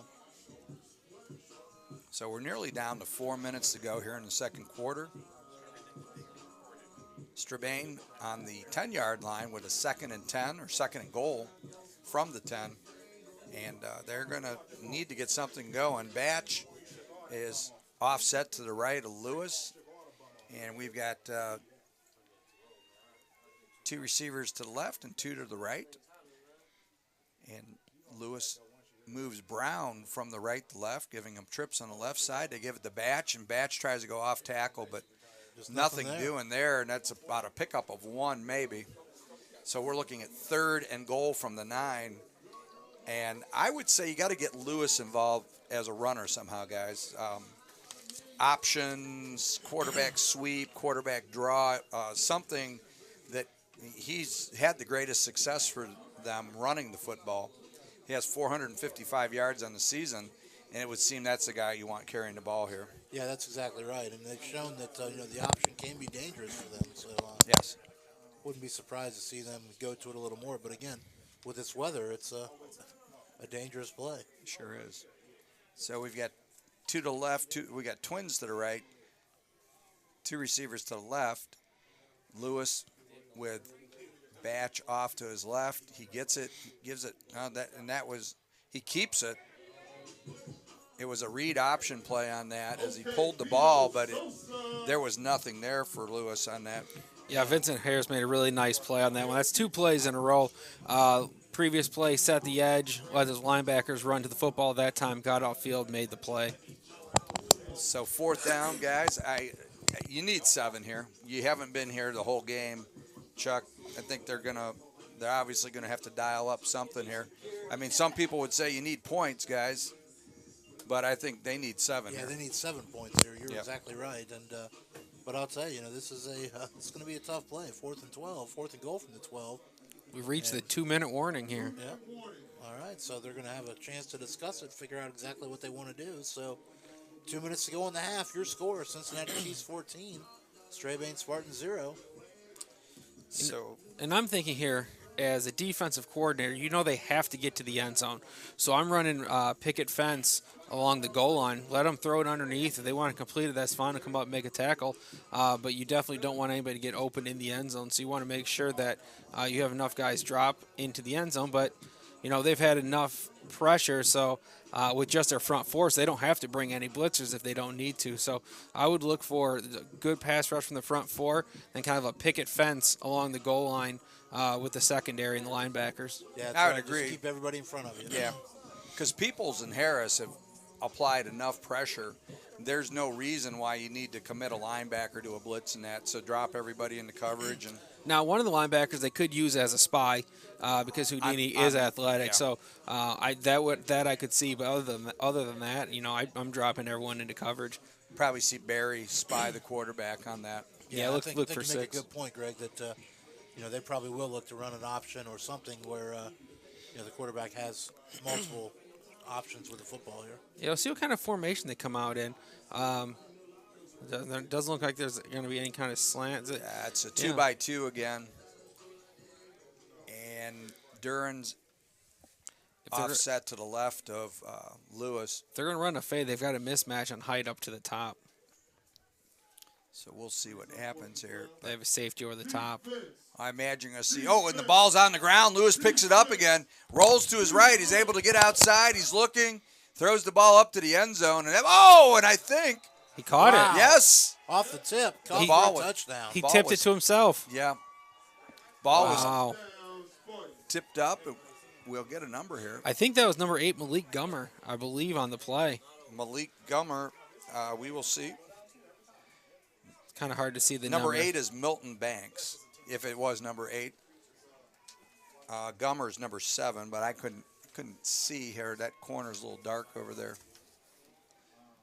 Oh, okay. We could have 2 different rosters. Yeah, because I believe. Well, whoever it was a wonderful catch. He tipped it up to himself, caught a diving catch in the end zone. So really nice play, and they desperately needed that. That's exactly right. We'll go with that roster and go with. Couldn't have come at a more crucial time. Yep. He's on the rooster. He's on the rooster. So 14-6. The lead has been cut in half by Strabane with the extra point coming, and I would say it looks like they're going for 2, guys. And I would say it's almost for sure that they're going to go for the 2. And they are. They put big number 40 in at fullback, so maybe they're going to try to pound the football. Could be a lead play for the quarterback, 2-by-2 set, which we've seen all night. Lewis gets it in his quarterback sweep to the left. He tries to get to the corner, and it looks like he's going to run it in, and easily runs it in. So 14-8. So 151 Yeah, that was an excellent block. They put in number 40, Jalen Kelly, the starting middle linebacker, in at fullback, and he just led the way for Houdini and was able to beat the defense of the pylon. Yeah, he had a really nice block out there on the edge. We've got a football game, gentlemen. Yes, we sure do. All right, so again, just inside 2 minutes, 1:51 to play in the half. Strabane now trails the Chiefs by a score of 14-8. Strabane set to kick off here. Again, Chiefs with just under 2 minutes to go, 2 timeouts left. And we'll see if AD Antonio Davis, is ready to come back, or whether we're going to see a little bit more of Mr. Lovett. It didn't look good down there, guys, earlier. It looked like AD was in a lot of pain, to tell you the truth. Yeah, it really did. But, again, like you said, if he did just roll his ankle, then, maybe something he'll be able to come back from. We'll see. You hope that that's the extent of it. You hope it's not a dislocation or a break. Right. But with this kind of slippery turf, you go to plant, your foot can slide any direction, which can lead to that kind of injury. All right, so again, Strabane set to kick off. So, guys, unless the Chiefs get a phenomenal return, we'll look for them to try to get out of this half with a 14-8 lead. Yeah, you think they would go conservative here, Bill, but we've been fooled before. We sure have. And depending on the field position, the Spartans might use their final 2 timeouts to try to get the ball back with good field position. We thought that right. against It's a 6-point game. Yep. Oh, and ball's rolling around. Uh-oh. Oh. He's got to go with it because he touched it outside. That's going to be a safety. That's Dre Reap, and I think that's going to. That's a safety. We'll see how they call it. Oh, they call it a They're gonna call it touchback. touchback. He touched it outside the and he goal took it line. back into Yeah. Wow. That would have been a controversial call there, but Yeah, because there was first touching in the field of play. Strabane is arguing for it. We'll see if what the call will be here. Yeah, there was definitely the ball was touched before it went in the end zone. Yes. And now Now, the only thing I'm wondering is it was touched, but it wasn't possessed. Yeah, he didn't carry it. But it was still touched beyond the goal line. So, but let me ask you this. So, throw all that out. If you're running around in the end zone and not attempting to down it, and they tackle you, it's still a safety it's because a safety. Because you didn't. No, I'm sorry. It is a Still a touchback touchback. because you never came out with it. Okay. Yes. Okay. Yes. So it seemed to me And that's one of those difficult things. logically you would say, he's trying to run with it, then he Yeah, should. but no, should he's not forced to give himself Correct. up. Yeah. Right. Yeah. See, and again, that's one of the issues with having high school officials. In high school, anytime it goes in the end zone like that on a kick, it's an out. automatic touchback. Right. Okay, so that is going to be the call. 1st and 10. Chiefs from their own 25. And Chiefs come out in that familiar 2-by-2 look. And it looks like it's going to be, is that Harris or Dove?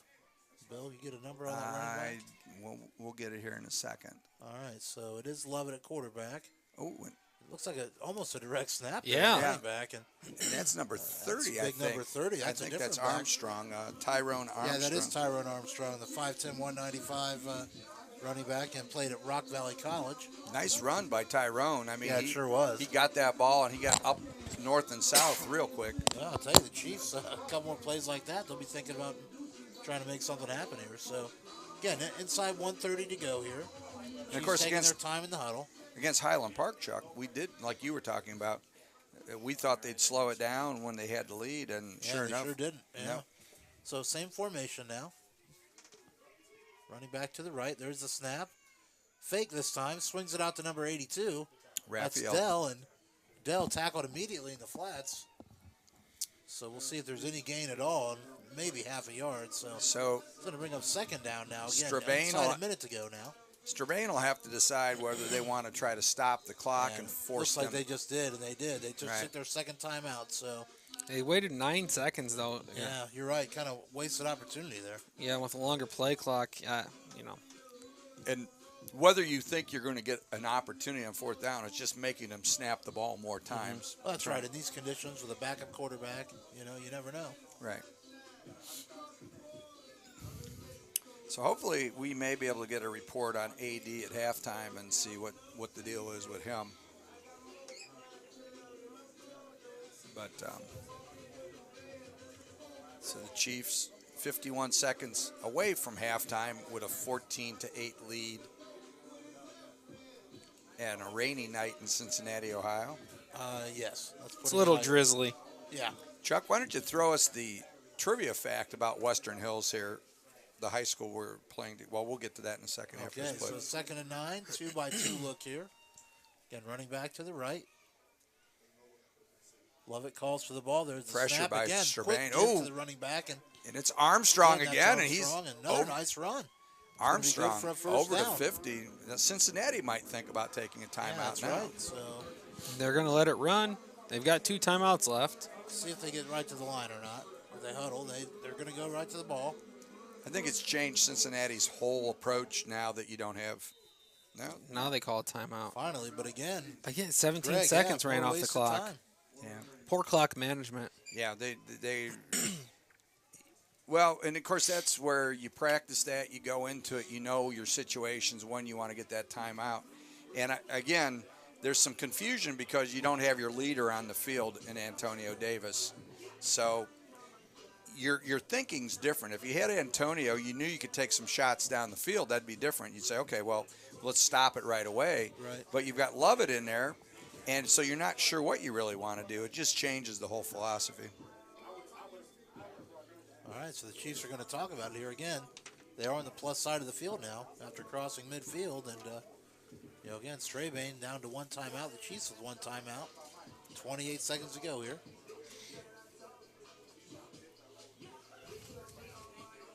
And again, Bill, were you talking about, were you looking for an alumni? Yes, a famous alumni from Western Hills. Very famous alumni, yeah. Famous especially to this area. Cincinnati area, yeah. Number 14, the leader of the Big Red Machine. I would- assume is who you're referring to? I would bet that people around here know who he is. You think so? You think? You think? Yeah. The all-time leader in hits in The Major hit League king, Baseball. that's right. So 2-by-2 look here. Here's the snap. Again, Wow, give it to Armstrong. Armstrong, positive momentum, carries him forward for about 3, but that's where he's going to get brought down. And again, clock continues to run.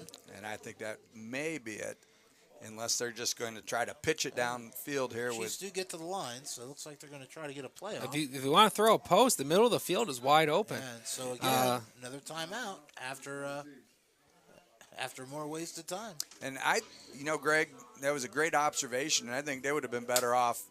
Of course, again, you don't have AD in there at quarterback, but if you see that, don't give them a chance to adjust because their DC is going to sit there and say, Yeah, hey, it's the same thing. we got to get somebody in the middle of the field now. And Yeah, they're two high safeties, and I use the word high loosely because they're only 7 yards deep. They're playing at the stick, so Right. if you're able to sneak a tight end or somebody through there, a cover 2 beater, then you're in business. But again, 9 seconds left.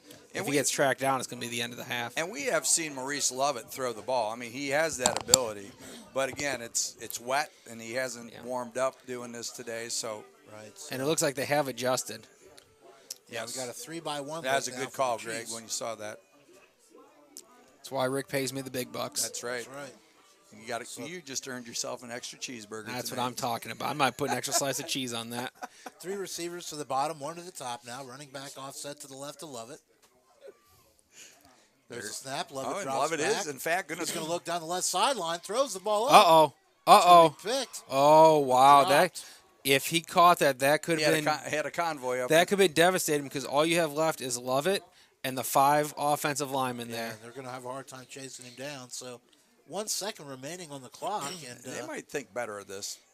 yeah, but they may Unless just they run throw it this. to the middle. I mean, if you throw it to the middle, but still you always have that chance of bringing it all the way back. Well, there's always that risk. That's right. I would try to run a screen. I mean, it's a safer play. You're not throwing it downfield. What are they doing? Is that the half? Or what about a double reverse? They said that's the end of the Go half. ahead and call it. Yep. So that is halftime, folks. So again, your score at the end of 1 half: Cincinnati Chiefs 14 and the Strabane Spartans 8. You're joining us on campusnation.com, as well as WZAA 106.9 LPFM in Jeffersonville. And so we will, Rick, we're going to some interviews, I think. We're going to get the interviews with some of the Chiefs. Go ahead and fill in, and I'm going to use the restroom, then I'll come back. Oh, okay, we'll get that set up. Okay. So we will, come on over. We'll get an interview going here.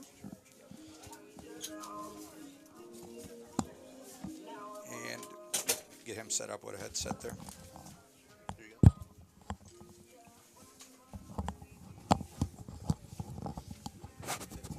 It's live too, right?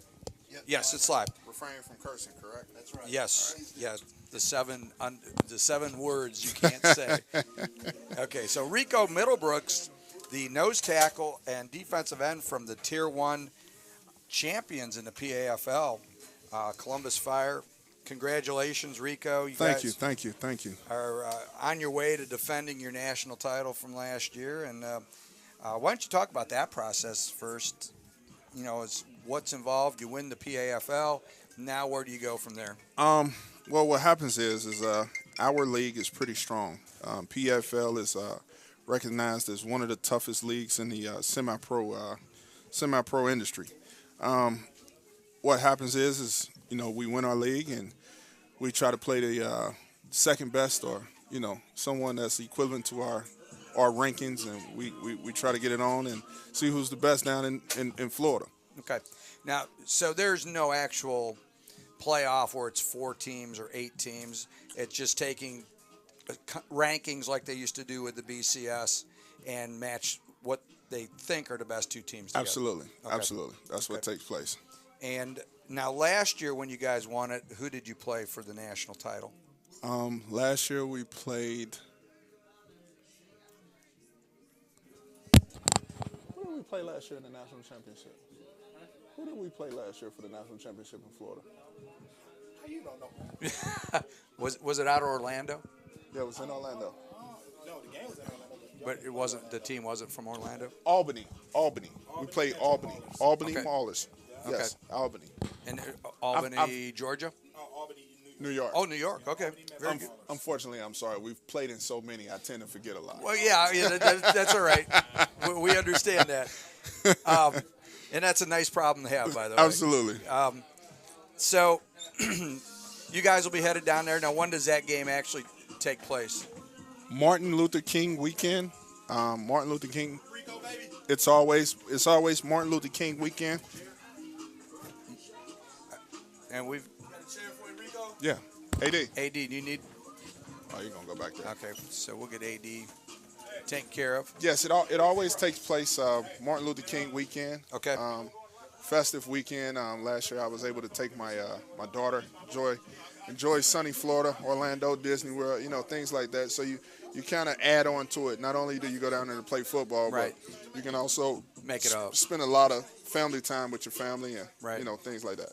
So, how does that affect you with your season ending now, and you guys are going to wait until January before you play? What do you guys do to stay sharp between now and then? I mean, do you play games? Do you play exhibitions? I mean, what is the process at this point? Well, right now, normally what happens is that we take a little time off. It has been a long season. Everybody's body is banged up.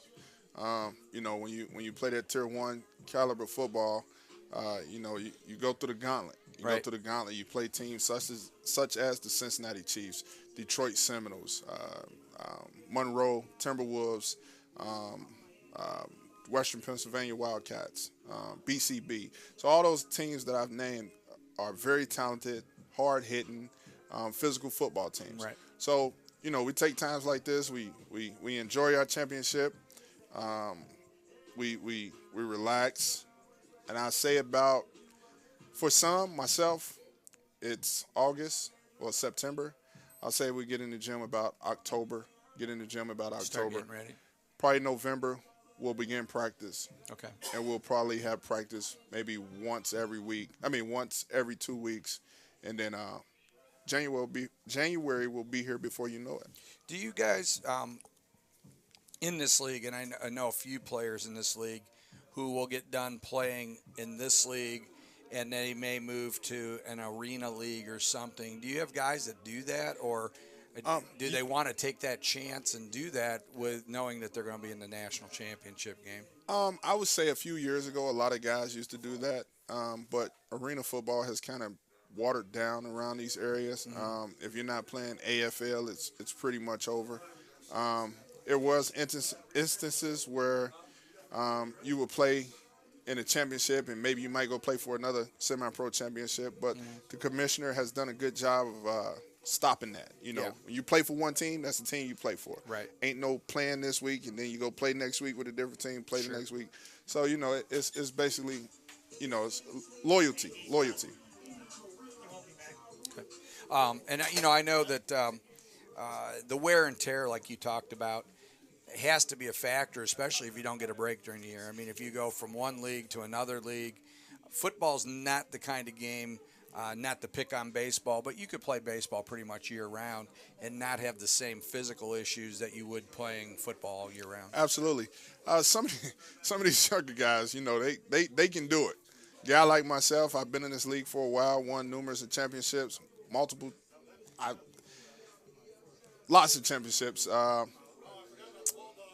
I'm old. I'm 35 now, so I can't. When I wake up on Sundays, nah. The recovery isn't quite as Yeah, good. when you wake up on Sunday, you look at your woman for help, and she say, "I told you, dumb behind, stop playing this crap." Well, yeah, that, you know, sometimes you got to know when it's time to get away, but it's the love of the game. Sure. A lot of people say, "Why do you play semi-pro?" It's not. It has nothing to do with money. You guys don't get paid. It has nothing to do with money. It's the passion. It's the things that you love. You've been playing this game since you were 7 or 8 years old. Sometimes you just can't let it go. But I'm trying to let it go after this year. 2 back-to-back championships. I think that's a good way to walk out. Fourth over the Falcons. Chuck's no longer with it. Well, Chuck is.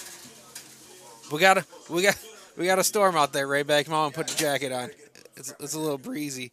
Ohio State took down Rutgers like everyone expected, 52-3. So Rutgers finally gets on the board against the Buckeyes. It had been, forever basically since that had ever happened. Let's go running down the scores here. Top 25, Miami 56-0 over Savannah State in the fourth. West Virginia 49-17 over Youngstown State in the fourth. Central Florida 38-0 over South Carolina State. LSU and the Fighting Joe Burrows 24-0 over Southeast Louisiana in the second half. Clemson 14-6 over Texas A&M in the game of the night on ESPN in the third quarter. Auburn 42, Alabama State 0 in the second quarter. Florida 10, Kentucky 7 in the second quarter. Penn State 7, Pitt 6, also in the second quarter. I'm imagining they're having some rain issues as well over there.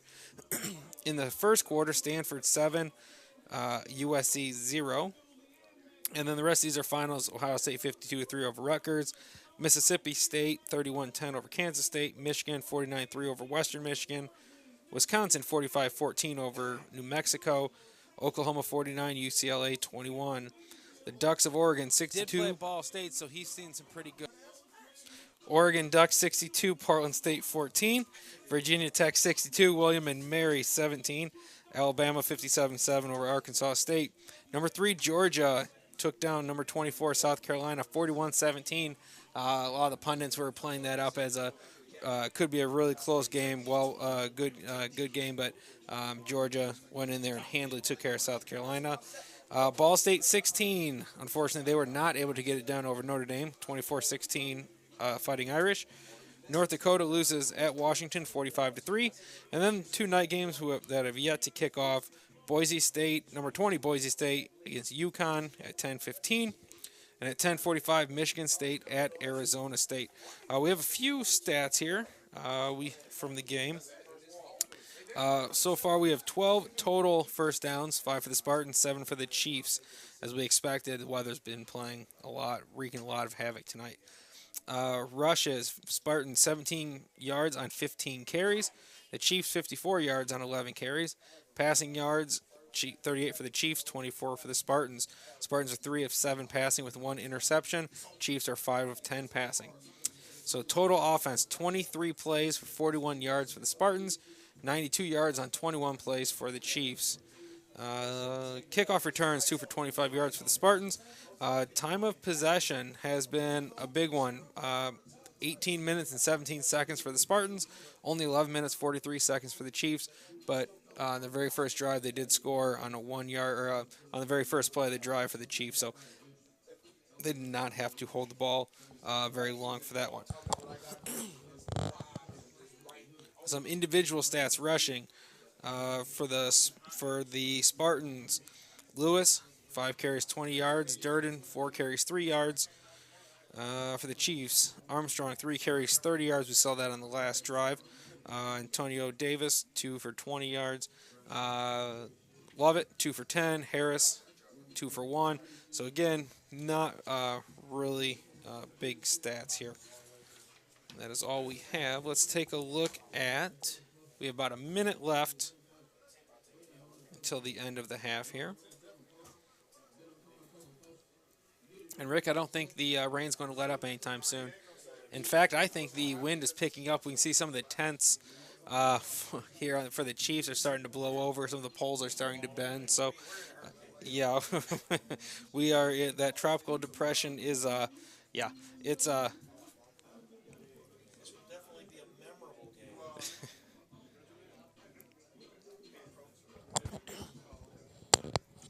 Rick, while we're here, we might as well go down some baseball scores for all the baseball fans out there. If I'm on the air, we have to get some baseball scores in. Yeah, Tigers 3, Cardinals 1 in the 8th. Rays 10, Orioles 5 in the 9th. Nationals, Cubs, no score, top of the 1st. Angels up over the White Sox 6-3 in the 6th. Brewers 4, Giants 1 in the 7th. Royals 4, Twins nothing in 7th. Mets 7, Phillies 2 in the 6th. Dodgers down to the Rockies right now, 1-0 in the 4th. Braves Diamondbacks tied at 2 in the 3rd. How the Mud Hens doing, huh? I will get to the minor leagues here. Yes, I will get to them shortly. The Reds 7, Padres 2, final in 7 innings was played here in Cincinnati, so it's not surprising that that was a rain-shortened game. Astros 5, Red Sox 3, Indians 9, Blue Jays 8. So let's get to some minor league games. Right now the playoffs are going on. Mud Hens let's see here. Mud Hens are down 2 games to 1, best of 5. So right now we have Scranton 2, Lehigh Valley 2 in the bottom of the 9th. Scranton wins, they move on. Where do you get these scores at? I've got an app, Rick. You got an app? There's an app. Is that the thing that's on the phone? Yes. Okay. Yes. This Okay. one is AAA minor league baseball. And then Durham 3, Toledo 2, top of those the the 9th. Bulls? The Red Durham Bulls? Or the Durham Bulls. the yeah. Bulls, yeah. So the Mud Hens tying run is on first with 1 out. So if Toledo wins, then it'll go force a game 5. And we'll remind everybody, you're listening to WZAA 106.9 LPFM in Jeffersonville, Ohio.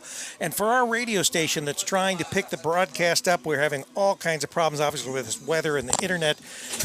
If you have problems picking it up off of our YouTube stream, you can always go to WZAALPFM.com and pick the stream up there. And we have a separate internet connection for just the radio stream. If you're having any problem with this continuing to drop, it won't drop as frequently. But as it has, obviously we are working off of a cell signal as far as internet, and this weather is just...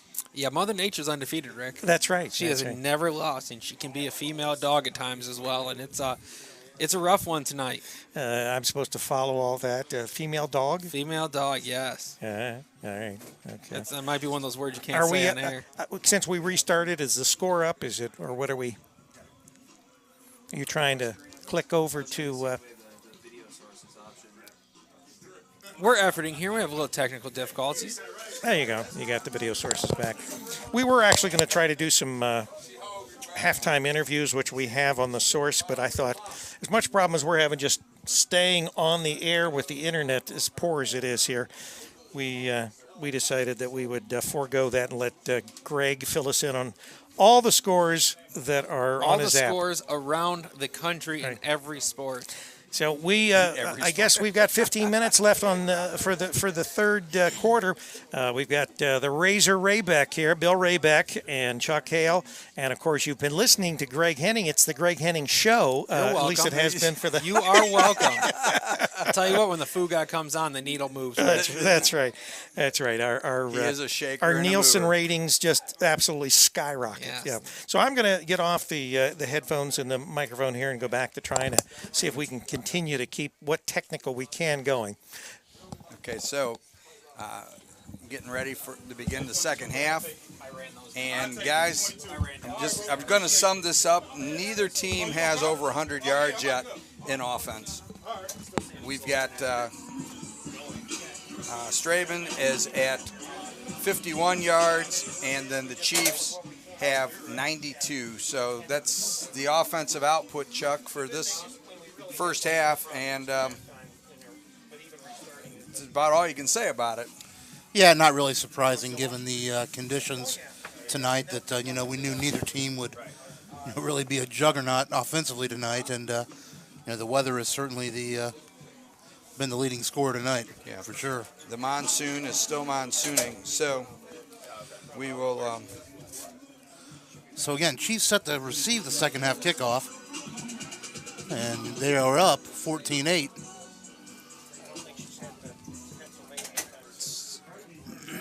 Ball is getting teed up, and now the kicker for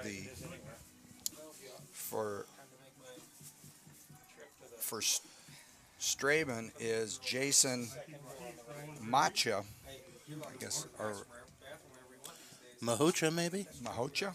Yeah. Jason, we apologize. We don't have a pronunciation guide, Yes, so... Sorry about that, Jason. But we will...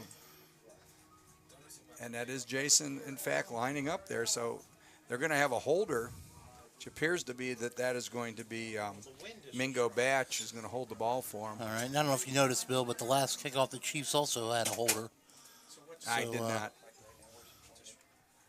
But it's a wise move right now. Yeah, I think especially kicking this direction, it's needed. So. There's the kick. Fielded and brought down the left sideline. Nice return there by Carl That's Dove. Dove. Dove crosses midfield. He's going to get knocked out of bounds at about the 47, 48-yard line, and that's where the Chiefs will take over. 1st and 10 from the Strabane 47-yard line. So Maurice Lovett will be going the rest of the way, as we were just recently informed that Antonio Davis, AD, the quarterback, the machine for this Chiefs offense, has went down with a torn Achilles. Yeah, we believe that's the initial indication here. So AD will not be back tonight, obviously. So looks like it'll probably be Justin Lovett for the remainder. Excuse me, Maurice Lovett. And so we will try to get this. Yeah, getting a fogged up window here. Yeah, we are. The press box. So, okay. A lot of hard breathing going on. That's right. That's right. So 1st and 10 now, again, from just across midfield. Chiefs come out in a familiar 2-by-2 look. And Lovett the quarterback. And it looks like the running back is going to remain Tyrone Armstrong. Number 30, Tyrone Armstrong. Yep. And he's going to be offset to the right of Lovett.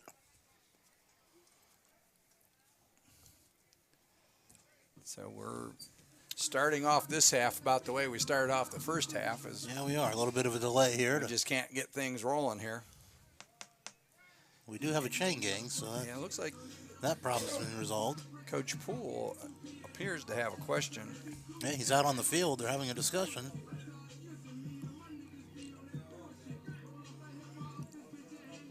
So we're not quite sure.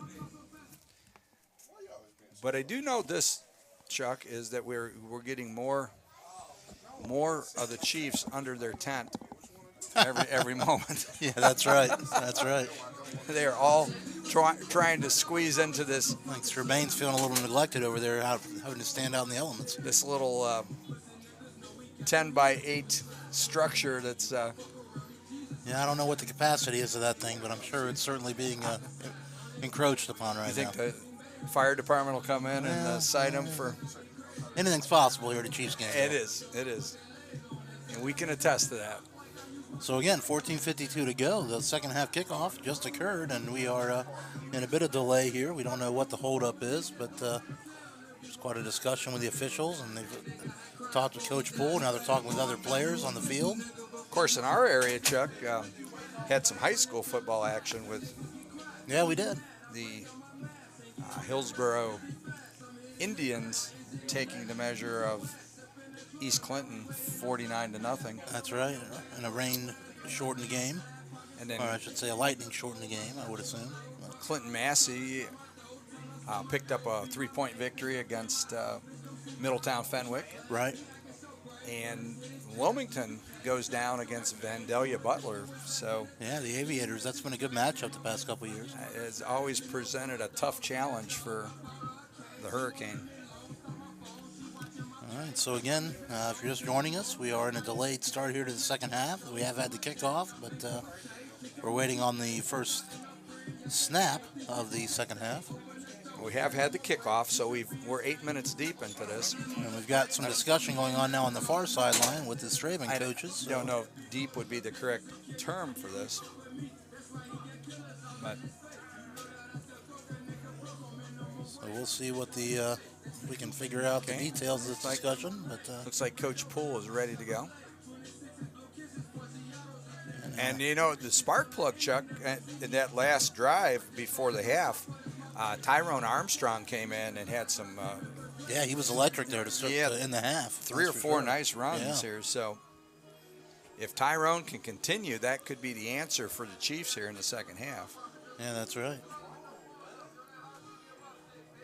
I would suspect with So, Rick, I don't know. Can we get a shot of the Tier 2 trophy there? It's a nice-looking piece of hardware there.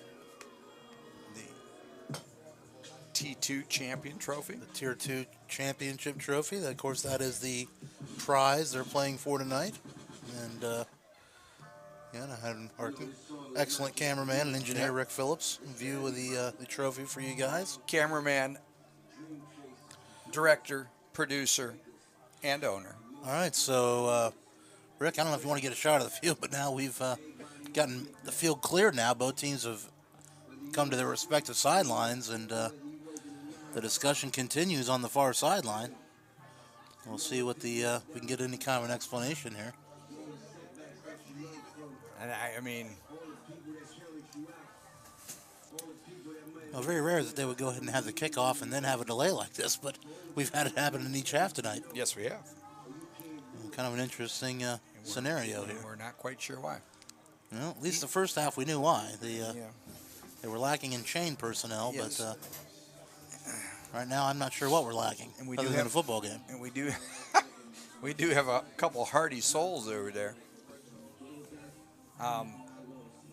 You know, we had done the game at Urbana a couple weeks ago, and we saw a young man by the name of Khalik Mohammed, Yes. and he was the Mountain East Conference Player of the Week. Yeah, player of the week, co-player of the week that week. That's right. So Yeah, and I'll tell you, he, I believe, did he have the winning touchdown in that game Yes, on a he punt return? yes, he did. It was just an electrifying performance. Just an and exciting play to watch. an 83-yard punt return and an 85-yard touchdown reception to add into that. That's right. So, Yeah. an electric player, a great game, great night at Urbana, super crowd. Oh, yeah. You know, Campus Nation is Nice college atmosphere. I mean, nice small town Ohio, America. I mean, what more you could ask for? just really thrilled for the Campus Nation Association with Urbana, and we look forward to that to grow here in the future. Yes, we do. And then that Saturday, as Chuck and I had a doubleheader, we ended up at Delhi for the Mount Yeah, St. Joseph game. Right down the road from here, where we are tonight. And again, a great crowd, a great atmosphere. We had rain like this leading up to the game. Yeah, that's right. But, boy, it cleared up and turned into a beautiful evening for football. And again, another great college atmosphere. You know, if you're a fan of college football and you haven't been to support, you know, any local D3 teams in your area, I would suggest getting out there and doing that, because the quality of football you're going to see is very high. and just a great atmosphere. Great for family, great for anyone to go out and experience that. Especially here in Ohio, with, of course, the home of the Mountain Union Purple Raiders and Alliance. Of course, Are they? That's in Ohio, Mountain Union. Yeah, I haven't heard of that. They might just decide to just secede from Ohio and become their own Just state. Alliance itself. Yeah, Alliance, the state of Alliance. Oh, they've got the football team for it. But, Yes, but a great program there, and of course they are the yardstick that you measure your programs by. And in the Heartland Conference, we have Franklin College, who has taken on Mount Union in the playoffs in the past, and was able to bring really some competition a couple times to Mount, putting some points up on the Purple Raiders, and a chance to see where the Heartland ranks against the very best. So we're it's all right. So it looks like Strabane is returning to the locker room. At least some of their players are. Bill, I'm not sure what the deal is here, but we have yet to get any kind of official word here. Yeah, we are in a. We can't even call it a rain delay. No, a holding pattern of some sort. Holding pattern of Cincinnati is. All right, so it looks like the offense is heading back on the field. Strabane is the players that did return to the locker room. Looks like they're coming back onto the field now. Again, half their team or more is still here on the field. And now they've returned to the sideline, and looks like we're ready to begin play. We're going to get going here. Yeah, after a undetermined delay. But again, after that delay, we begin. 14:52 to go here, 1st and 10. And your Chiefs with the ball just across midfield. They come out in their familiar 2-by-2 look. Again, Lovett now in at quarterback after the loss of starting quarterback Antonio Davis. And the running back again looks to be Armstrong. He's offset to the right of the quarterback. And Tyrone Armstrong had a really strong finish to the first half. Let's see if he can continue that here as we begin second half play. There's the snap.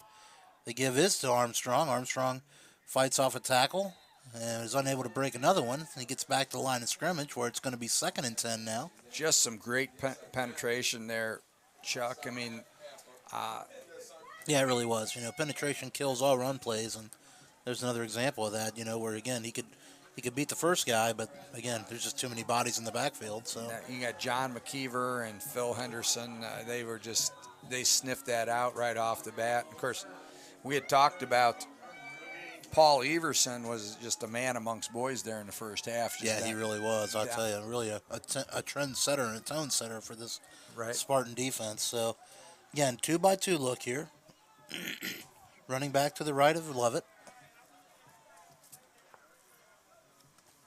There's a snap. Fake to Armstrong this time. Lovett throws to the right. He's hit as he throws.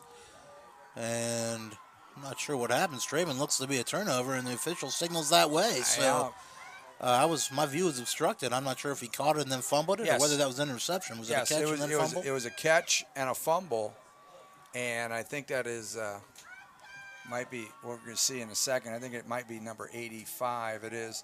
Okay, so Strabane gets the ball right there at about the original line of scrimmage. So now it's going to be 1st and 10 Spartans from the Chiefs' 47-yard line. Yeah, that would be Deshaun Edwards.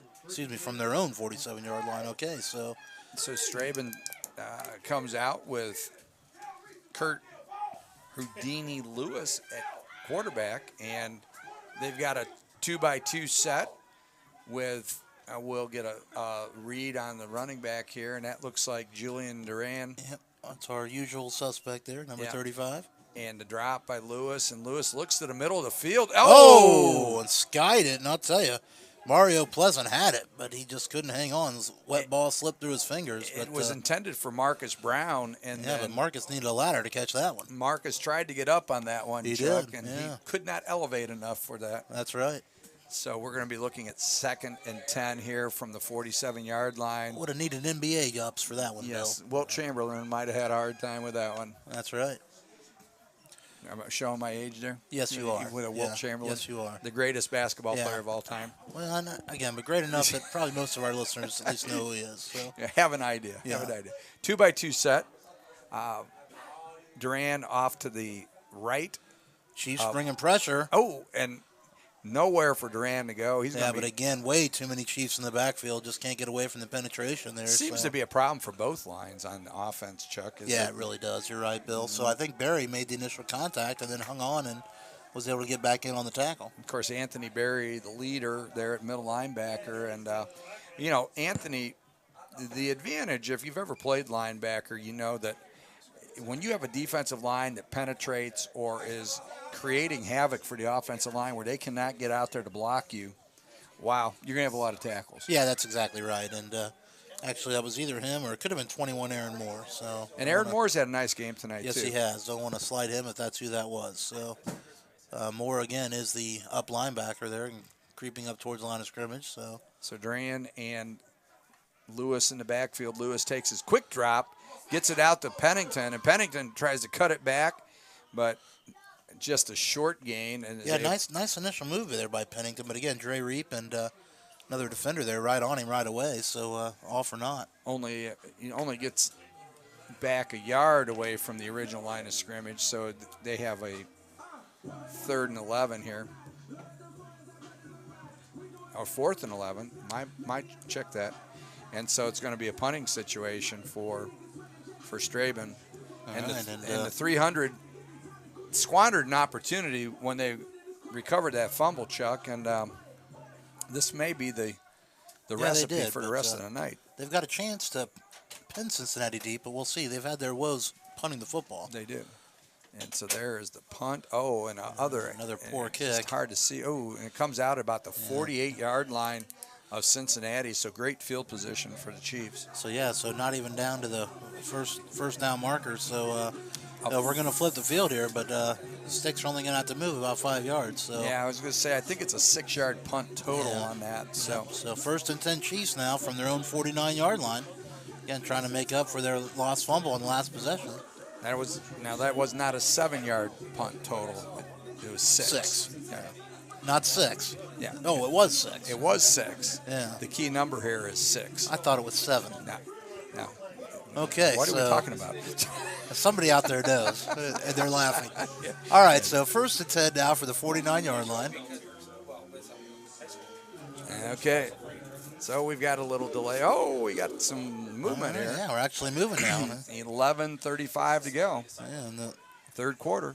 The ball is on the 48, but the stick is on the 49, so we're going to call it the 49. So you got one by on each side this time, double tight formation, give over the left side, and that Armstrong. is Armstrong again. Armstrong gets the edge.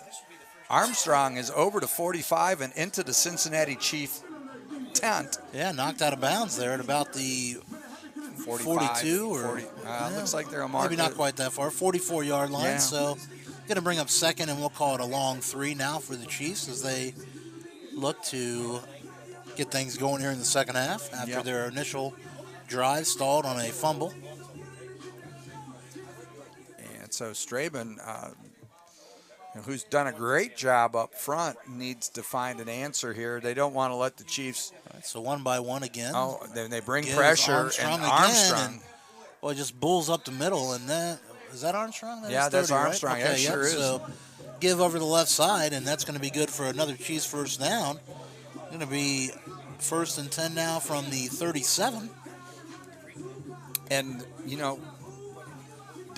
if it's not broken. Yeah, that's right. Ride that horse till she's lame, right? So I would expect Armstrong to, could see a read option off at some kind of play action, but right now. Same formation. Oh, and there it is. There you go. There's the read option. Love it around the right side, but wow. Well, I'll tell you, big play right there by number 4 for the 300, and that is. We'll get the number 4. You got 4. I've got 4 as a wide receiver. That might be Tavon Jenkins. Number 4. Well, it is Marcus Brown. I think he goes both ways. Okay. All right. I believe he plays both ways. We had a couple. You also find that Milton Banks also has been playing both ways. Well, Scazzi will do that to you. Yes. So, all right. 2nd and 13 now for the for the Chiefs as they prepare to break the huddle here and come to the line. So and we've got a body on the field, trying to get a so number. A little bit of an injury timeout here. If we can get a number, 20. It is one of the 300. We're not sure which one of the 300. Yeah. It looked like maybe number 25 for the 300. You have that. 25. Could have been 26. Doug Patterson, cornerback. That could be. Yeah. So. Of course, don't want to speculate too much. We're not sure. We don't want to. So, one by one look here. Now the receiver goes in motion to the bottom. Lovett throws down the field, intended for 85, and it falls harmlessly incomplete. Again, intended again for number 85, and of course that is Deshaun Edwards. Nice shot by Lovett. And yeah, it was, and I'll tell you, Bill, like we talked about, that was kind of set up off of everything else they've been doing. So that's the kind of play they need to look for. They've just got to get a little better connection there. So and we know Deshaun had a step. Yeah, we know the explosiveness of Deshaun, as we talked about earlier in the game. No doubt about it. He gets that ball in his hands, he has the opportunity to go whatever the distance is. Yeah, he can be a breaker, no doubt. So 3rd and 12 now. They come out to the line, and again, one receiver to each side. Tight end is lined up on the right. Running back is also lined up on the right. Again, that is Armstrong. Armstrong getting all the work here so far in the second half. And he earned it, I think. I agree with you. That the way he closed out the first half. So, and that's going to be kind a of legal procedure. Yeah, we've got some misfires up front. It looks like we had different guys moving at different times. So obviously that's going to be a penalty. So that's going to make it 3rd and 17 now for the Chiefs. Generally, Chuck, when the offensive line starts to drop into their pass set, the ball needs to be snapped. Oh, really? Okay. Yeah, Bill Rayback, master of the obvious here, folks. So, thank you, Pepper. That's right. So, that's right. So under 9:30 to go now. Clock running as the Chiefs approach the line of scrimmage again. One by one look. Tight end is to the right. 3rd and 17. And there goes Tyrone. It is Armstrong again. Armstrong gets a little bit of a pop there by number 40, and I'll tell you, number 40 for the Spartans, he's number 40 is Jalen Kelly. Yeah, we've seen him line up at fullback on offense. Now we've seen him make a big stick on defense. So yeah, Jalen is he brings the thump. Yes, he does. So that's going to make it 4th and about 11 now from the 39-yard line, and of course number 20 for the 300 is Rob the Hammer Brown. Love it. Not to steal Chuck's moniker there, but that's all right. But he can use it. That's right. Hey, I stole it from Greg Valentine. So there you go. All right, so 4th down. The Chiefs are going to go for it here. And why not? Because your punt's probably not going to go much farther than that, so you might as well do it. Yeah, so different running back now, number 2, and he's actually now going to line up. We've got no back in the backfield, and Lovett, quick kick. There you go, Bill. You asked for it. You got it. Yeah, and that one takes it, caroms into the end zone, so it's going to come out to the 20. Unfortunate end result there for the Chiefs, but good idea there as the Spartans now are going to take over 1st and 10 from their own 25-yard line. And number 2 for the Chiefs who reported in there is Eric Morton, the 5'8", 180-pound wide receiver from Marion State. All right. So, and Eric Morton, in there trying to get in on the coverage, but and so Strabane is going to take over there at the 20-yard line, and 8:09 to go in the 3rd period, 14-8. The Cincinnati Chiefs over the 300, and the game slowed down to a little bit of a snail's pace this quarter, but yes, I think. All right, but again, we do have 8 minutes to get. We already are down to 8 minutes to go in the 3rd quarter. We are. So 2-by-2 set here. No, I take that back. 2 to the left, 1 to the right. We've got twin backs, and they give it looks like Batch, and Batch is extends to his left, and he picks up a few yards, Chuck, maybe 3 or 4. Yeah, it looks like you got something out of that. And again, and so it's going to be a 2nd and 6. Yes, it looks like 2nd and 6. Was that Batch or was that 00? Well, we will. That's 00. Paul Everson. Well, Everson is number 1 on defense. Is he? Well, I doubt he's changing jerseys. Then, Yeah, I don't think so. Would that be Brent Johnson, maybe? Got a couple double zeros listed here. Yeah, and I would say it's probably better chance it was Brent Johnson because we know we've seen Everson on the field. Yeah, so. that's true. So unless they've got more than one Everson. Yes, which is possible. It is possible. And that's nice. That's right. So 2nd and 6 now. 2 receivers to the left, 1 to the right. You've got backs on either side of Lewis, giving him a little extra protection and a lead blocker. And he gives the ball off for a couple yards. We'll get a number on this. Yeah, hard run there. Yeah. That might be number 42, and that is Dante Marsick.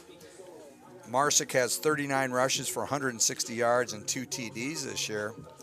And as I said in the beginning of the show, Marsick and Tarver have more carries than Batch or Duran at this point. So 7:03 to go.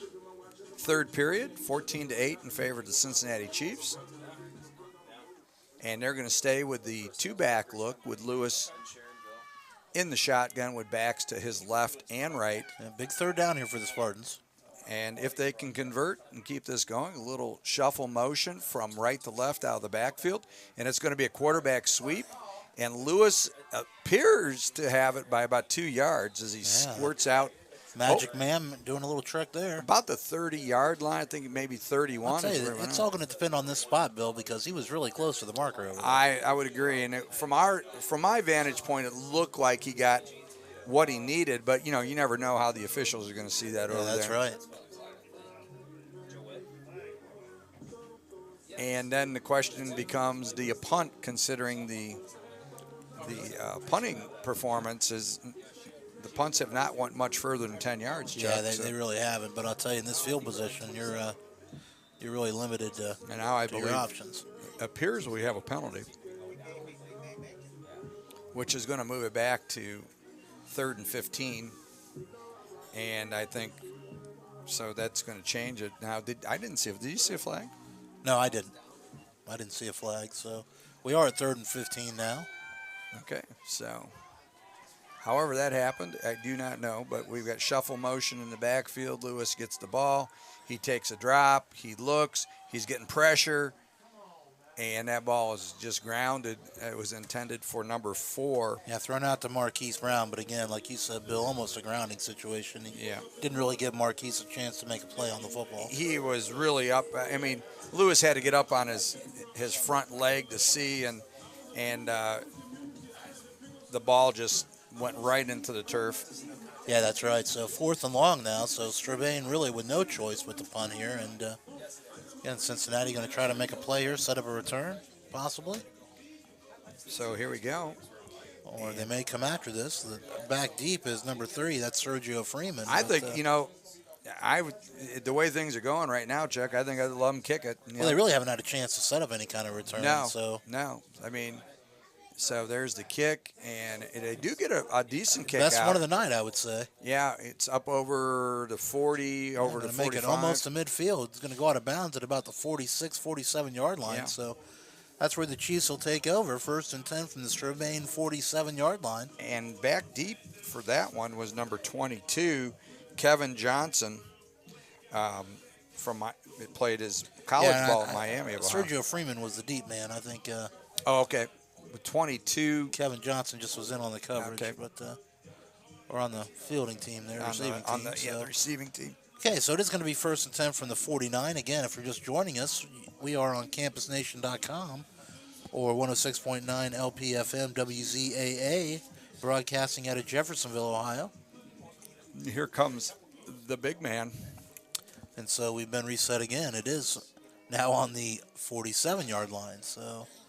And number 74, do not have a number for number 74, but he is a large person. 74, yeah, that's not on my roster either. So we do not know who that gentleman is, but he's reported in on the offensive line. He's a large man, we know that. He's very large. All right, so Chiefs break the huddle. They come out, and it's like single receiver to each side. Strabane One running back. Four-man, in a 4-3 look here. Walks a strong safety up. Lovett surveys the defense and looks like there might be pressure coming, and Yep. sure enough, there is. And the running back this time is number 2. And again, Number 2, that's Eric Morton. Usually lines up at wide receiver, but Yeah. Morton with a nice little carry there. And that's going to be good for a Chiefs first down. Some good quickness out of. Yeah, it was. So, again, just outside of 5 minutes to go here. And the Chiefs now are moving into Strabane territory, moving a little deeper into Strabane territory. And in the games we've seen, we haven't seen a lot of Eric Morton, but what a great opportunity in a championship situation to get some Yeah, carries. that's right. He shows that he's definitely ready to go. All right, so again, tight end to the right, single receiver to each side. Running back to the right, and again, it looks like to be Morton. Morton with the handoff. Maybe, This time maybe hit a almost initially right after the handoff, so going to pick up, actually going to be knocked back. He's going to lose about 1.5 yards, so that's going to bring up 2nd and 12 now. 4:30 to go here in the third quarter. And so Cincinnati will, they need to be somewhat conservative here still, Chuck. They have the 6-point lead. They don't want to throw an errant pass to the flats or. Yeah, that's right. Any chance with a wet ball like this is very dangerous. So Right. Single receiver to each side. Morton in the back, and this time Morton leads for Lovett over the right side. And Lovett makes a cut. Going to get back to the original line of scrimmage, but that looks like that's going to be about it. So Yeah.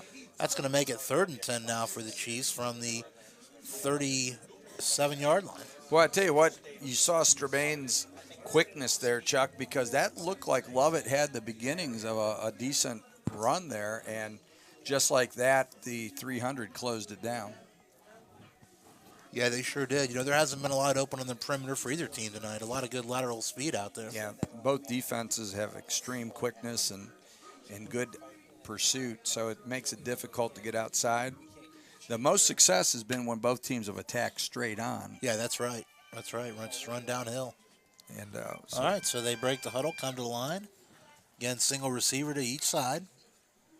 Now the top man's going to go in motion. The And give a is going to jet be on a sweep. jet sweep.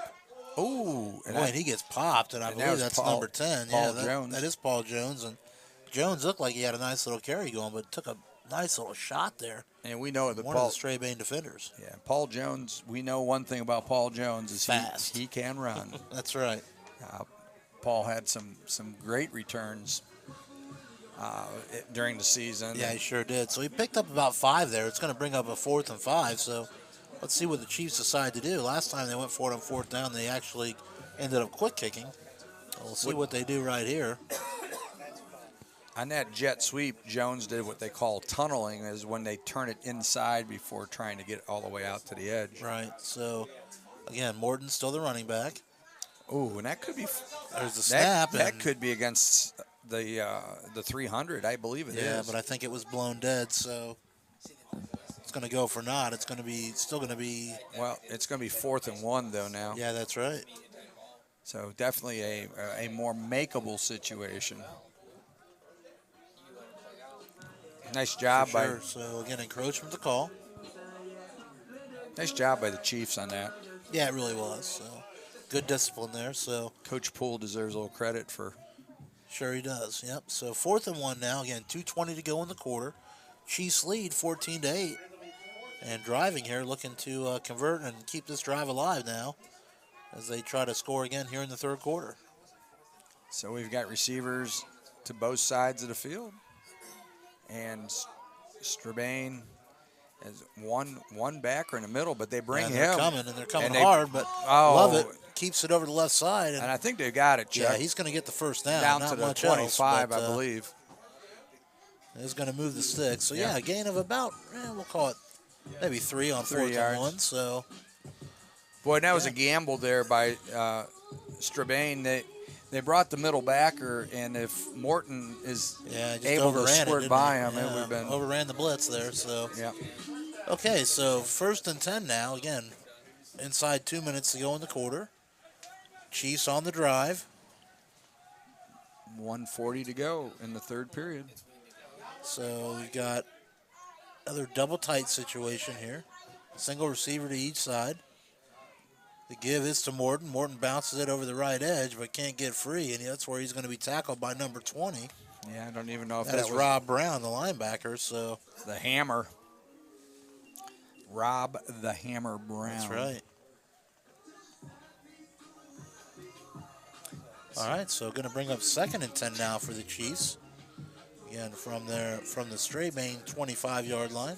Big number 48, John McKeever, comes in for the 300. That's right. Again, a big welcome to our listeners in the Pennsylvania area. Here watching their Strabane Spartans, the proud 300. And you are listening right here on Campus Nation. The sports animal. The sports animal. All right, so again, 2 tight ends now, or at least a double tight type look with single receiver to each side. Morton this time lined up to the left of Lovett. And the offensive tackle, number 71, Kevin Thomas, gets an early jump there, Chuck. I'll tell you, given the athleticism we've seen out of the Spartan defense, I don't blame him for wanting to get an edge there. So the 5 yards they got a few minutes ago, they just gave those back. So yeah, they sure did. So that makes it 2nd and 15 now for the Chiefs. Again, from the Strabane 30-yard line. 23. They may not even have to snap it here, Chuck. Although if they were planning on throwing, this would be they would want to get the snap off before the quarter. Yeah, they're definitely going the direction with the wind right now. All right, and they're going to give it to Paul Jones. Oh, well, fake the Jones on the jet. Throw down the middle, intended for number 13. Deontay Riley. Yeah, and again, Riley just not able to hang on as it falls incomplete. So not a bad throw Bill, right there. A shot to throw it, and again, put it where Riley could catch it, and it didn't look like anybody else could. So nice inside. The coverage for Strabane has been tight tonight, and we talked about that in the pregame. Is that Dayton Truly and Tavon Jenkins, they have turned the ball over quite a bit for the 300, and when the ball's in the air, they're usually there. Yeah, that's right. We've had a good first half of football and a good third quarter. So that's the end of the third. So again, with 15 minutes to play, your score: Cincinnati Chiefs 14, the Strabane Spartans 8. And the Chiefs are getting to that, starting to taste it a little bit, but Strabane knows that they're only a touchdown out. Yeah, it's a close game, Bill. And exactly what you want to see in a championship game. We've had 2 great teams, and again, even though the adverse weather has had some effect on the game, it's affected both of them. They both seem to be able to find ways to, keep it close. So, and of course, the Chiefs lost their starting quarterback, their spark plug, Antonio Davis. Our prayers go out to Antonio for a quick recovery and hope that it isn't too serious. And yeah, that's right. Back on the sidelines with the Chiefs next season. All right, so again, 3rd and 15 now. So from the 30-yard line. So they're getting ready to go here as faced with a 3rd and 15. Well, it looks like I worry about the chains here a little bit. I do too. I'm not always quite sure if they're where they're. No, they're right. They're 3rd and 15. Yeah, Bill. Got it set. So a little bit of movement before the snap. So it looks like they may get that 5 yards back. Looks like they might get that 5 yards back. I think it's going to be. It's against the Chiefs. So unfortunately, they're going to give 5 more yards. So that's going to make it now 3rd and 20 for the Chiefs as they begin the 4th quarter here, trying to get another touchdown on the scoreboard. The one thing here, Chuck, to think about is if you do decide to throw the ball to the middle of the field, if it gets intercepted and you're able to drag them down there, that's as good of a punt as in this type of weather. Yeah, that's exactly right. Again, now with the field defensive back, important in a game like this, right? And the defensive backs aren't always aware when they see the ball in the air. Sometimes they'll intercept it when they should really bat it down. So 3rd down now. So let's see what the Chiefs dial up here as they break the huddle, come to the line. 2 receivers to the bottom of the formation. Looks like we've got 2 receivers to the top. Lovett with a lone running back offset to his left. Got a big. And it's going to be Morton up the middle. And went for very little. Yeah, he said almost immediately and might have gotten back to the line of scrimmage, might have gotten 6 inches, but not much more. So that's going to make it 4th and 20 now. So decision time for the Chiefs. But with this down and distance, I'm not sure what kind of decision you can make here. Yeah, and with that kind of down and distance, you almost wonder if it wouldn't have been a good time for the quick kick again on 3rd down. Keeps the rush off you a little bit, and they don't usually have anybody back. Yeah, that's right. So we may get a look at that here on 4th down. So right, same formation, 2 receivers each side of the formation. Running back this time is to Lovett's right. Oh, and there comes and the rush. It is a quick kick. Lovett does get it off, and it's going to go out of bounds at about the Strabane 24-yard line. That's where the referee marks it. So that's where the Spartans will take over 1st and 10 for the 300. Let's bring Greg in. I want to ask him about a ruling on that.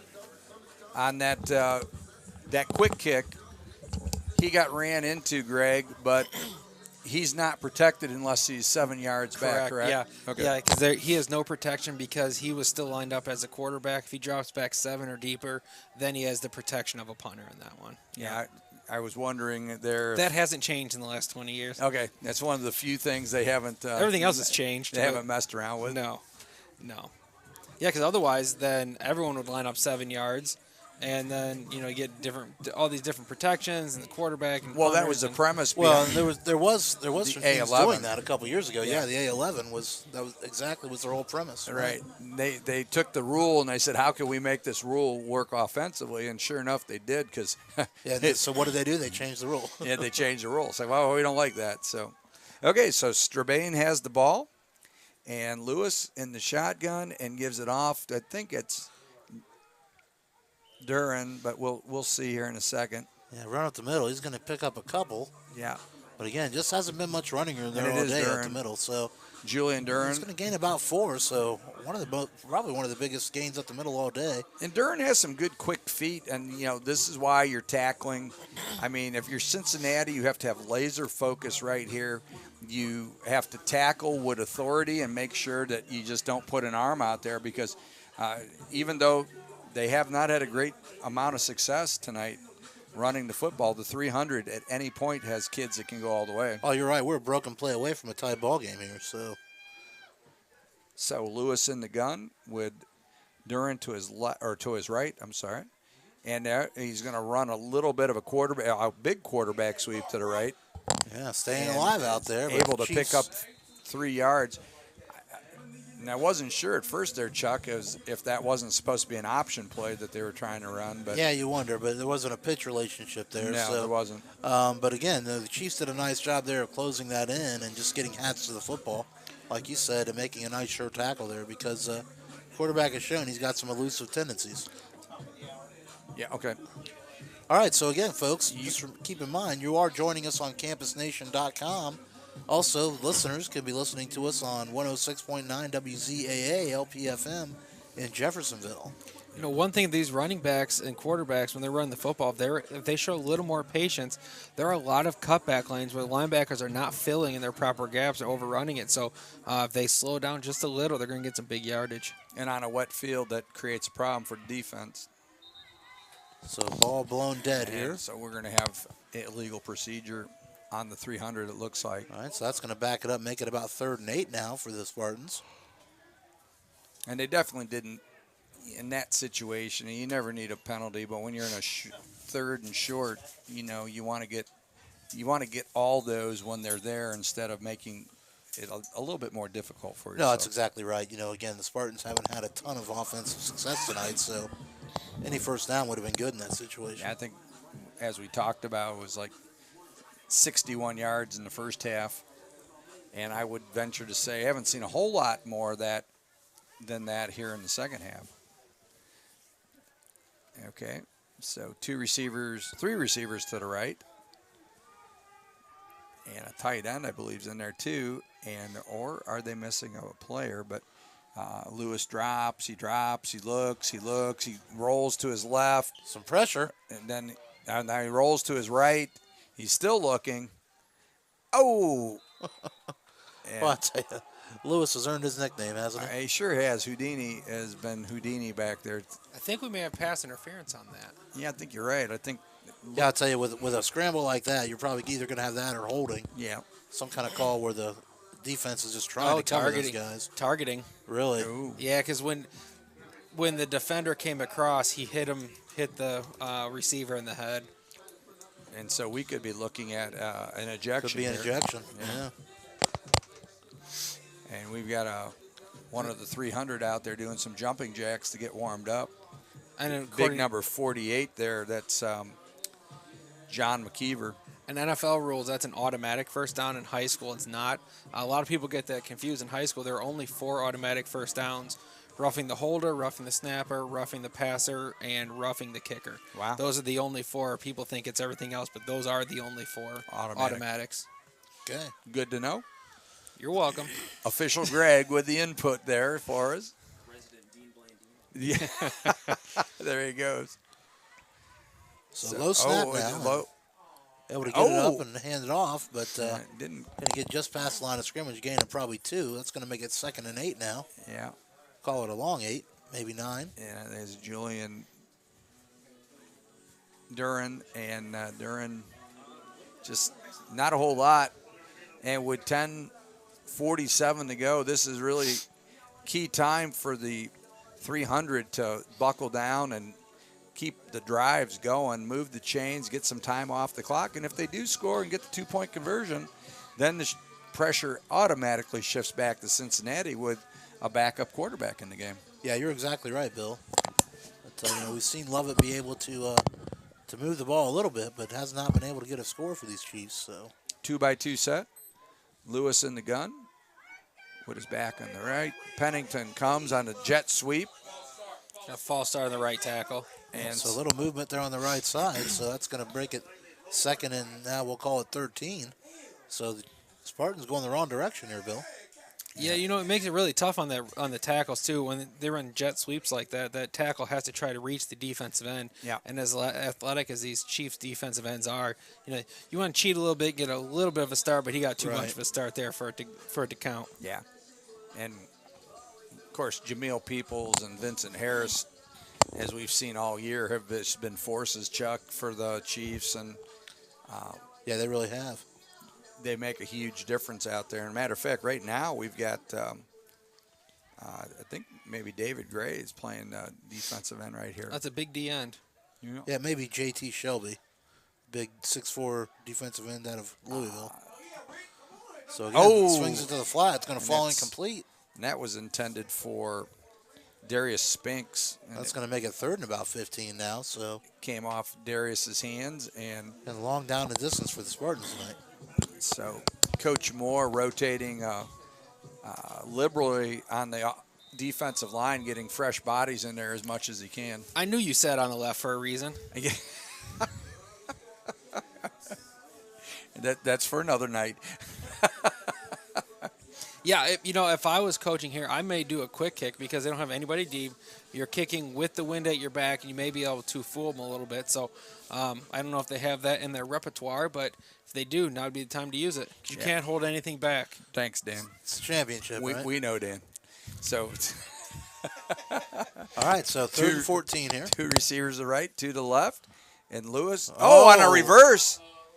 And that's number 18, Spinks. Wow. And Spinks is over to 50, 40, 35, 30 out at the 25-yard line. We got a flag. Oh, they moved the chains.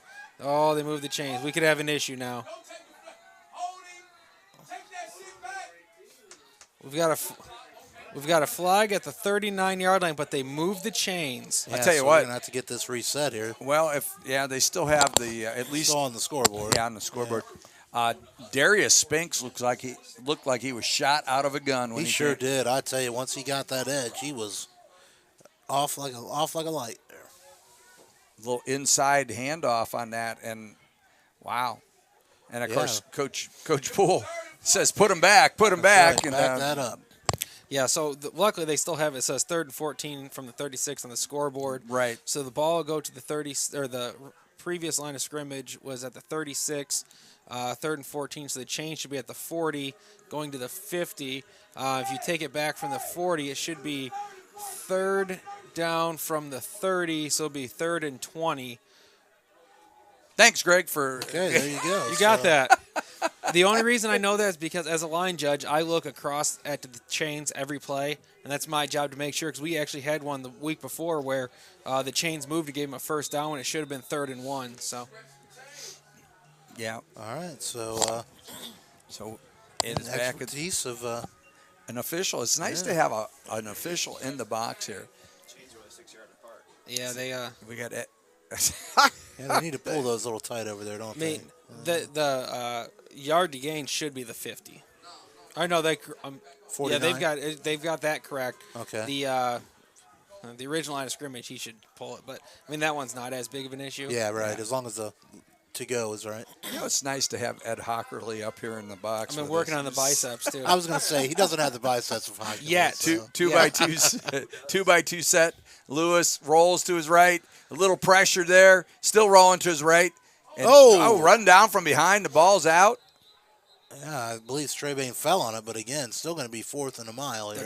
They're calling it an incomplete pass. Are they? Yeah. Okay, so and I must have been going forward. Okay, there. so but is that here's the thing. If that ball was over the line of scrimmage and that ball comes out, Greg, is that still a legal forward pass or is that a fumble? It depends. So if his arm was going forward to throw it and it comes out when he's hit, then it's an incomplete pass, but it is an illegal forward pass because he threw it beyond the line after he had gone beyond the line of scrimmage. So that penalty would be assessed. It would be assessed, yes. And that's what I think should happen here is because he was clearly over the line of scrimmage. Yeah, I think it was a fumble. I think it should have been ruled a fumble, but it's hard to see with all the raindrops. Right. Yes. So 8 minutes. Yeah, just exactly. inside 8 minutes to go here in this championship game with Tier 2, and again, your Chiefs up 14-8. Strabane set the kick here. So the kick from another better kick there. Oh, and that's going to roll down to about the 15 or 10 even. And he got down into the end zone. Yeah, so picked up by Dre Reap, and Dre slips there at about the 11-yard line. He's going to be touched down there. And Dre that's where the Chiefs will take over 1st and 10 now from inside their own 15-yard line. Dre had a little room there, too, if he'd have got to the sideline. But his feet just went flying out from underneath him. Yep. Can't imagine why on a night like this. Nah, it's such a dry night. Yeah. So, Strabane, the Chiefs will have to protect the ball here because they're going to be coming after it with. Well, I'll tell you, it's really a dangerous situation for the Chiefs right now because, again, you're right, Bill. As hard as Strabane, we know they can come. The Chiefs have to be very careful to hold on to the football here this deep in their own end of the field. And being on their own 17-yard line, they definitely don't want to turn the ball over here. No. That's an affirmative. Yes. Captain Obvious strikes again. That's right. So the Chiefs now break the huddle, come to the line, and looks like we're going to have 3 receivers to the bottom of the formation now, 1 lone receiver to the top. Running back offset to Lovett's right.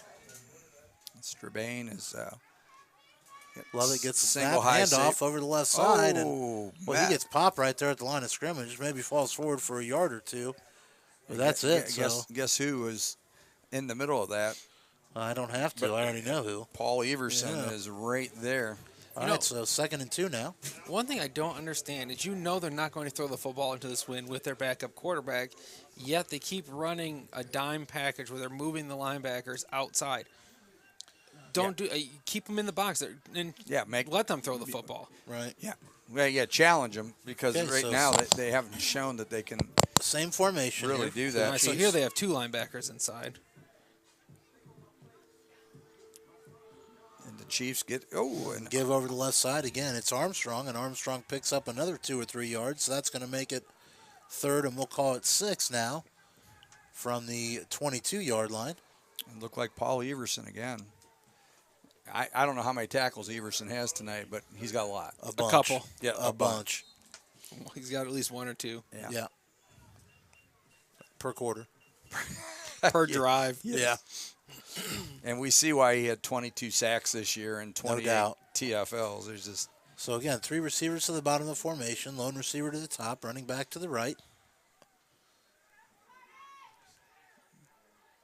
One backer in the middle of the field. Outside linebackers are spread out. Oh, and we've got a Ooh. jump there. I'm not sure who I went. think that's but gonna. that's blown dead. So I think that could be encroachment on the defense.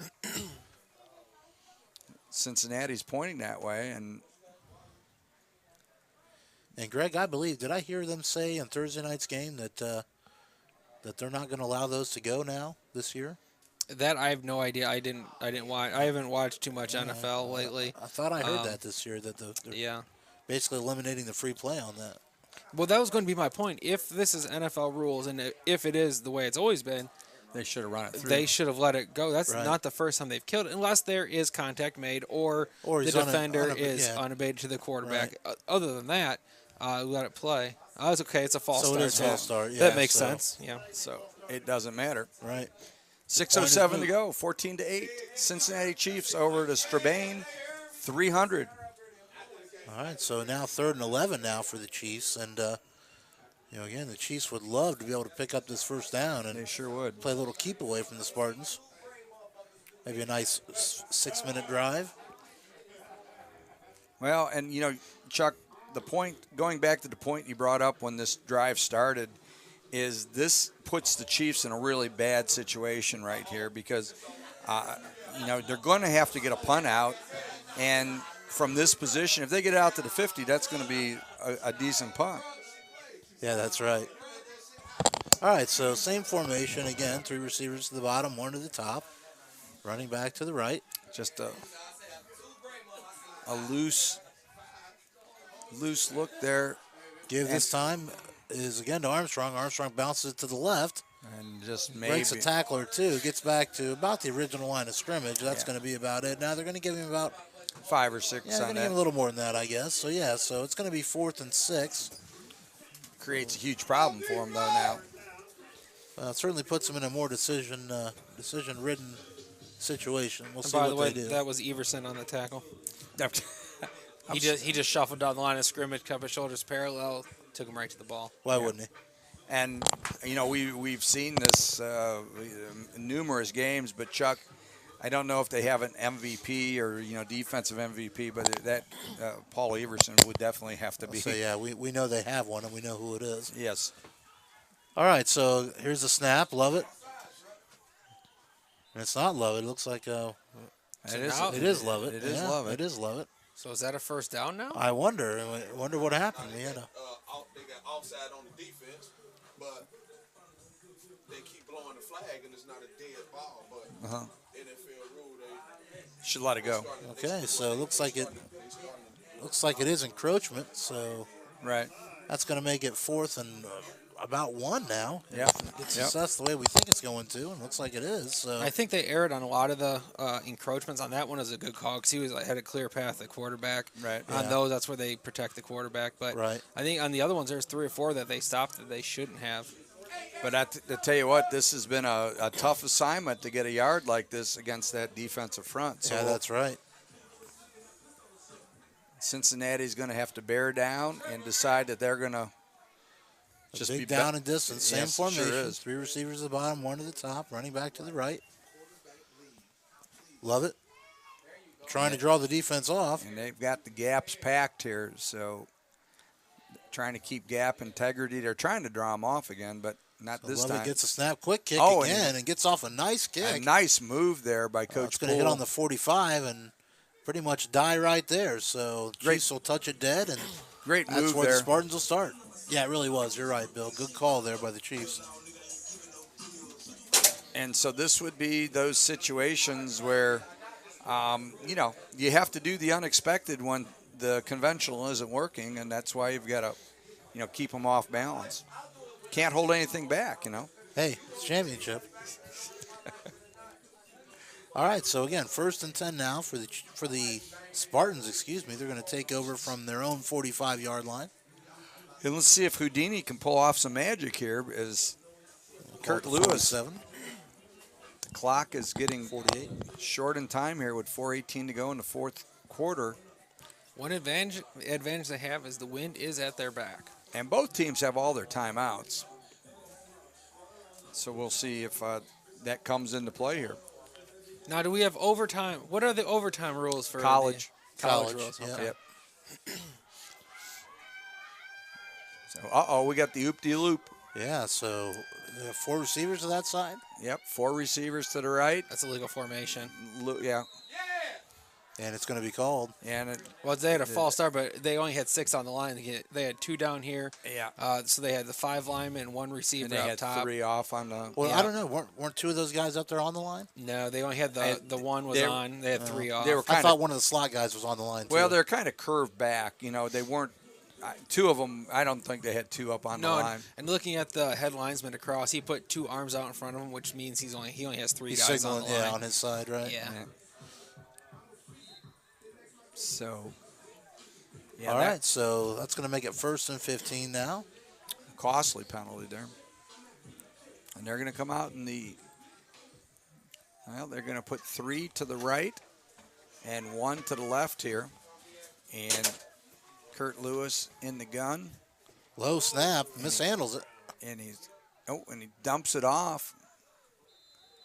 And we'll get a number on that receiver here. I think it was I that think Spinks with the It was a bright Spinks. sleeves. It was either 18. Spinks or it was Chad Bennington Jr. I'm not sure. It which was one. Spinks Was it because Spinks? Pennington just came back onto the field. Okay. Yeah, Spinks has those neon sleeves. It's neons, hard to miss. Yeah.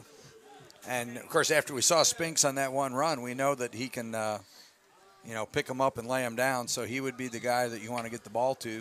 Especially in space. Yep. Here's Spinks out here. If I were, He's okay, here I was with gonna say Marcus Brown. he's off the line. He's the flanker, which I think 2 is by a good 2 idea. set. And there's the snap. And Lewis looks. He's kind of drifting to his left. And, yeah, boy, that could have been that could have been a bad play. But right there. I'll tell you what, that was a good job by Brown because he was right at the sticks. Had he caught that, that would have been a first down. That was right where he needed to be. That's so right. That was a missed call by the referee back here. After the quarterback threw it, he took his eyes off, and the defender took 5 steps before hitting the quarterback. Should have been a 15-yard penalty, but he missed it by taking his eyes off the So the quarterback. Chiefs dodged the bullet. And they've got 0-0. Now, Chuck, you've got the roster there, but we determined that 0-0 has to be Brent Hammond because Hammond has been – I'm assuming it's Hammond is in the backfield now. Now it looks like they might have brought Duran back now. 2 by 2 set. Lewis drops. He drops. Steps up. Fumble. He loses the ball. Fumble, still loose. And it looks like Strabane finally fell on it. Strabane was able to come up with it. That ball was loose a long time. I'll tell you, I was laying there. Could have brushed it off. And They're calling an incomplete pass again? wow. See, now that ball was never above his shoulder. He was holding it out. He was holding it out in front of him. He was running forward, and Yep. the ball came loose Yep. as he was running. Are you sure that's what they ruled, Greg? I didn't. Well, the head linesman across the field signaled. Did he indicate it? Okay, Yeah. I didn't see it. Yeah. Okay, so wow. 3:11 to go in the game. But 14-8, Cincinnati Chiefs. Yeah, we got a timeout now by Strabane. They're going to want to talk about it here. Well, see, now I wonder because he signaled incomplete pass, and then he put his arms above his head, so maybe he just made the incorrect signal initially. Yeah, or maybe he was just telling them too. It was a timeout, stop everything. But you're right, should have been stopped anyway. Right.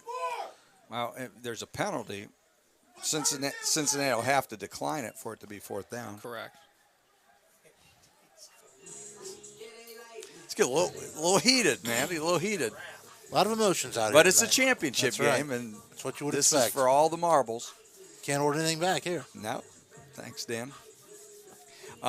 We do know this. Should the Chiefs pull this out, that'll be their 15th win of the season, Chuck, and that would be quite an accomplishment. Yes, it would. I don't care what level or league you're playing. Nah, 15 wins is pretty impressive. It's a lot of wins in a season. That's right. Well, I guess unless you're playing baseball. Yes. In the major leagues. Yes. And then it's so 3 to the right, 1 to the left. Yeah, Rick, if they have a trick play in the books, this is the time to pull That's it right. out. Lewis in the gun, low snap. He slips out. He runs to his left. He keeps it. He could get the first down here. He's He's got over it. 40, over to 35, Ooh, just down about to the broke it. 32-yard line. Just about broke it right there. I take that. Let's see. They're saying the 34-yard line, but that is Either enough for way, a first yeah, down that's right. for Strabane, and what a big play. And, Chuck, we've talked about this, that quarterback is their biggest threat when he is running. Yeah, no doubt. Again, they say his nickname's Houdini, and boy, we sure know why. Yep. He is elusive out there. And, with the great pressure Cincinnati's had on him, they've not been able to sack him and bring him down to the ground. That's right. So, again, 1st and 10 now. Again, Strabane on the Chiefs side of the field. Three to the right, 1 to the left. Lewis motions Pennington from right to left. Takes a drop, a little quick screen out to Spinks, and Spinks just can't handle it. That's the right play call. I was looking at the way the formation was. They had a safety over the top of him, but he was 12 yards deep. And if you get him the ball one-on-one with that much space in between, there's a good chance he could take it to the house. Yeah, that's right. A lot of room to operate right there. Except I may not motion that receiver across. Give him 2 blockers out there instead of just the one. Yeah, because if they're not going to adjust defensively. Mm-hmm. Right, yeah. 2:29 to go. All right. Second and 10, 33-yard line of the Chiefs. And Strabane, this is their chance, guys. Yes, it is. I'll tell you, we're setting up for a fantastic finish here. We sure are. Three receivers to the right, 1 to the left. Lewis in the gun.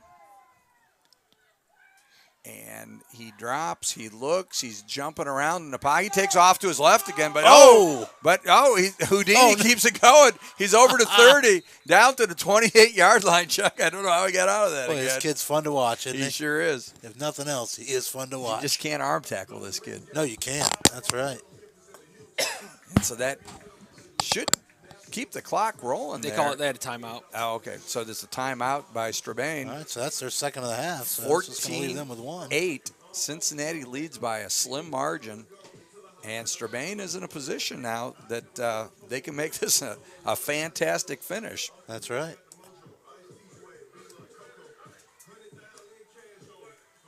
And it's got to be a tough night. The bad thing about the there you go. Only at Campus Nation. That's right. Exclusively. You can get the DVD. Rick Phillips Productions. Rick Phillips Production brings you the PAFL Tier 2 Championship game. Only $29.95. Order now and you get free shipping and handling. Yeah. That's right. Rick will personally sign it. Yeah, you want an autographed copy. That's Send right. your checks to Jeffersonville, Ohio. So 3rd and 4 here, 2:15 to go here in the 4th quarter of the PAFL Tier 2 Championship game. 3 receivers to the right, 1 to the left. They've adjusted defensively Lewis up top. Puts Duran to his left. He motions Pennington in again to the middle. Oh, and there we go again. Nice play there by the defense again. Who was that? That big number. And was that 90? That's 44. So that is Jamil. Or that's Jamil big Peoples. Jamil Peoples with a big play here. Now again, so that's a 2-minute warning. Did you notice when Pennington came in again? He was coming for the crack. They've had success on that sweep to that edge. Yeah, but he left early, didn't he? Yeah, I thought he turned upfield again. Yeah, absolutely. And they've got away with it all night, so they're going to keep on doing and it. There's no need for him to move forward anyway, because his job is just to come down and seal the edge. It's not to get to a linebacker. He's come down on the defensive end, or the end men on the line of scrimmage, which is usually the defensive end. Right. So 4th and 11, 2 minutes to go in the game exactly, and this, for all intentional purposes, is your ball game here because that's right. Strabane is down to 1 timeout, and the Chiefs will just run this out, and that will be the ball game. So they just need to get through this one here. And, you got to have somebody spy Lewis on this. I mean, he is the – One or two. Yeah, he is the guy that can make this play. I would double Spinks and put a spy on the quarterback. Yep. 3-by-1 set. Lewis drops. He looks. He throws the fade up, and there's really nobody. That's incomplete. Nobody there. And so that's turnover on downs. That's going to turn the ball over. 1:54 to go in the game. And now the Chiefs just need to control the football. Yeah, because the 300 they only have one timeout left. That's right. Yeah, exactly what I was going to say. Again, couple nice plays here and some good clock management. And this is over. Yeah. And I'm thinking Tyrone Armstrong would probably be the guy I would have back there now. I think do I see TJ coming in? I'll tell you, either TJ Harris. Harris. Yeah. And it looks like TJ's not coming in, so just walked out there to cheer on his teammates, I guess. I think you go with the hot hand. And yeah, I don't disagree with you here. And you want the guy that, of course, whoever you put in, 2 hands on the football and, yes, don't let it get ripped out. That's right. So, but again, still working with Lovett. Again, Lovett the backup, not the usual starter for the Chiefs. So Antonio Davis left in the second quarter with a torn Achilles tendon. So tough break for AD, but he still may get that ring here. In 1 minute and 54 seconds, we'll know the answer to that. That's right. So, and Chiefs come out with 2 running backs, single receiver to each side. And Strabane. Now we're going to have 1 running back now. Okay, Strabane is getting ready to. It looks like Lovett's actually maybe going under center here. Nope. Now he's going to go back to the shotgun. And that's probably a good choice. There's a snap to give to Armstrong. Up the middle. Oh, moves the pile. Nice job by Armstrong. Yeah, he does. He's going to pick up, we'll call it 3 yards. So, going to make it 2nd and 7 here. And I think it might even be close. We'll get the micrometer going, but I think you're going to have to. I don't think you can call that 2nd and 6. No. But so, again, clock rolling down to 1 minute 30 to go here. And the Chiefs just trying to melt away what's left of this clock and bring home a PAFL Tier 2 championship. Paul Keels would call this a short 7.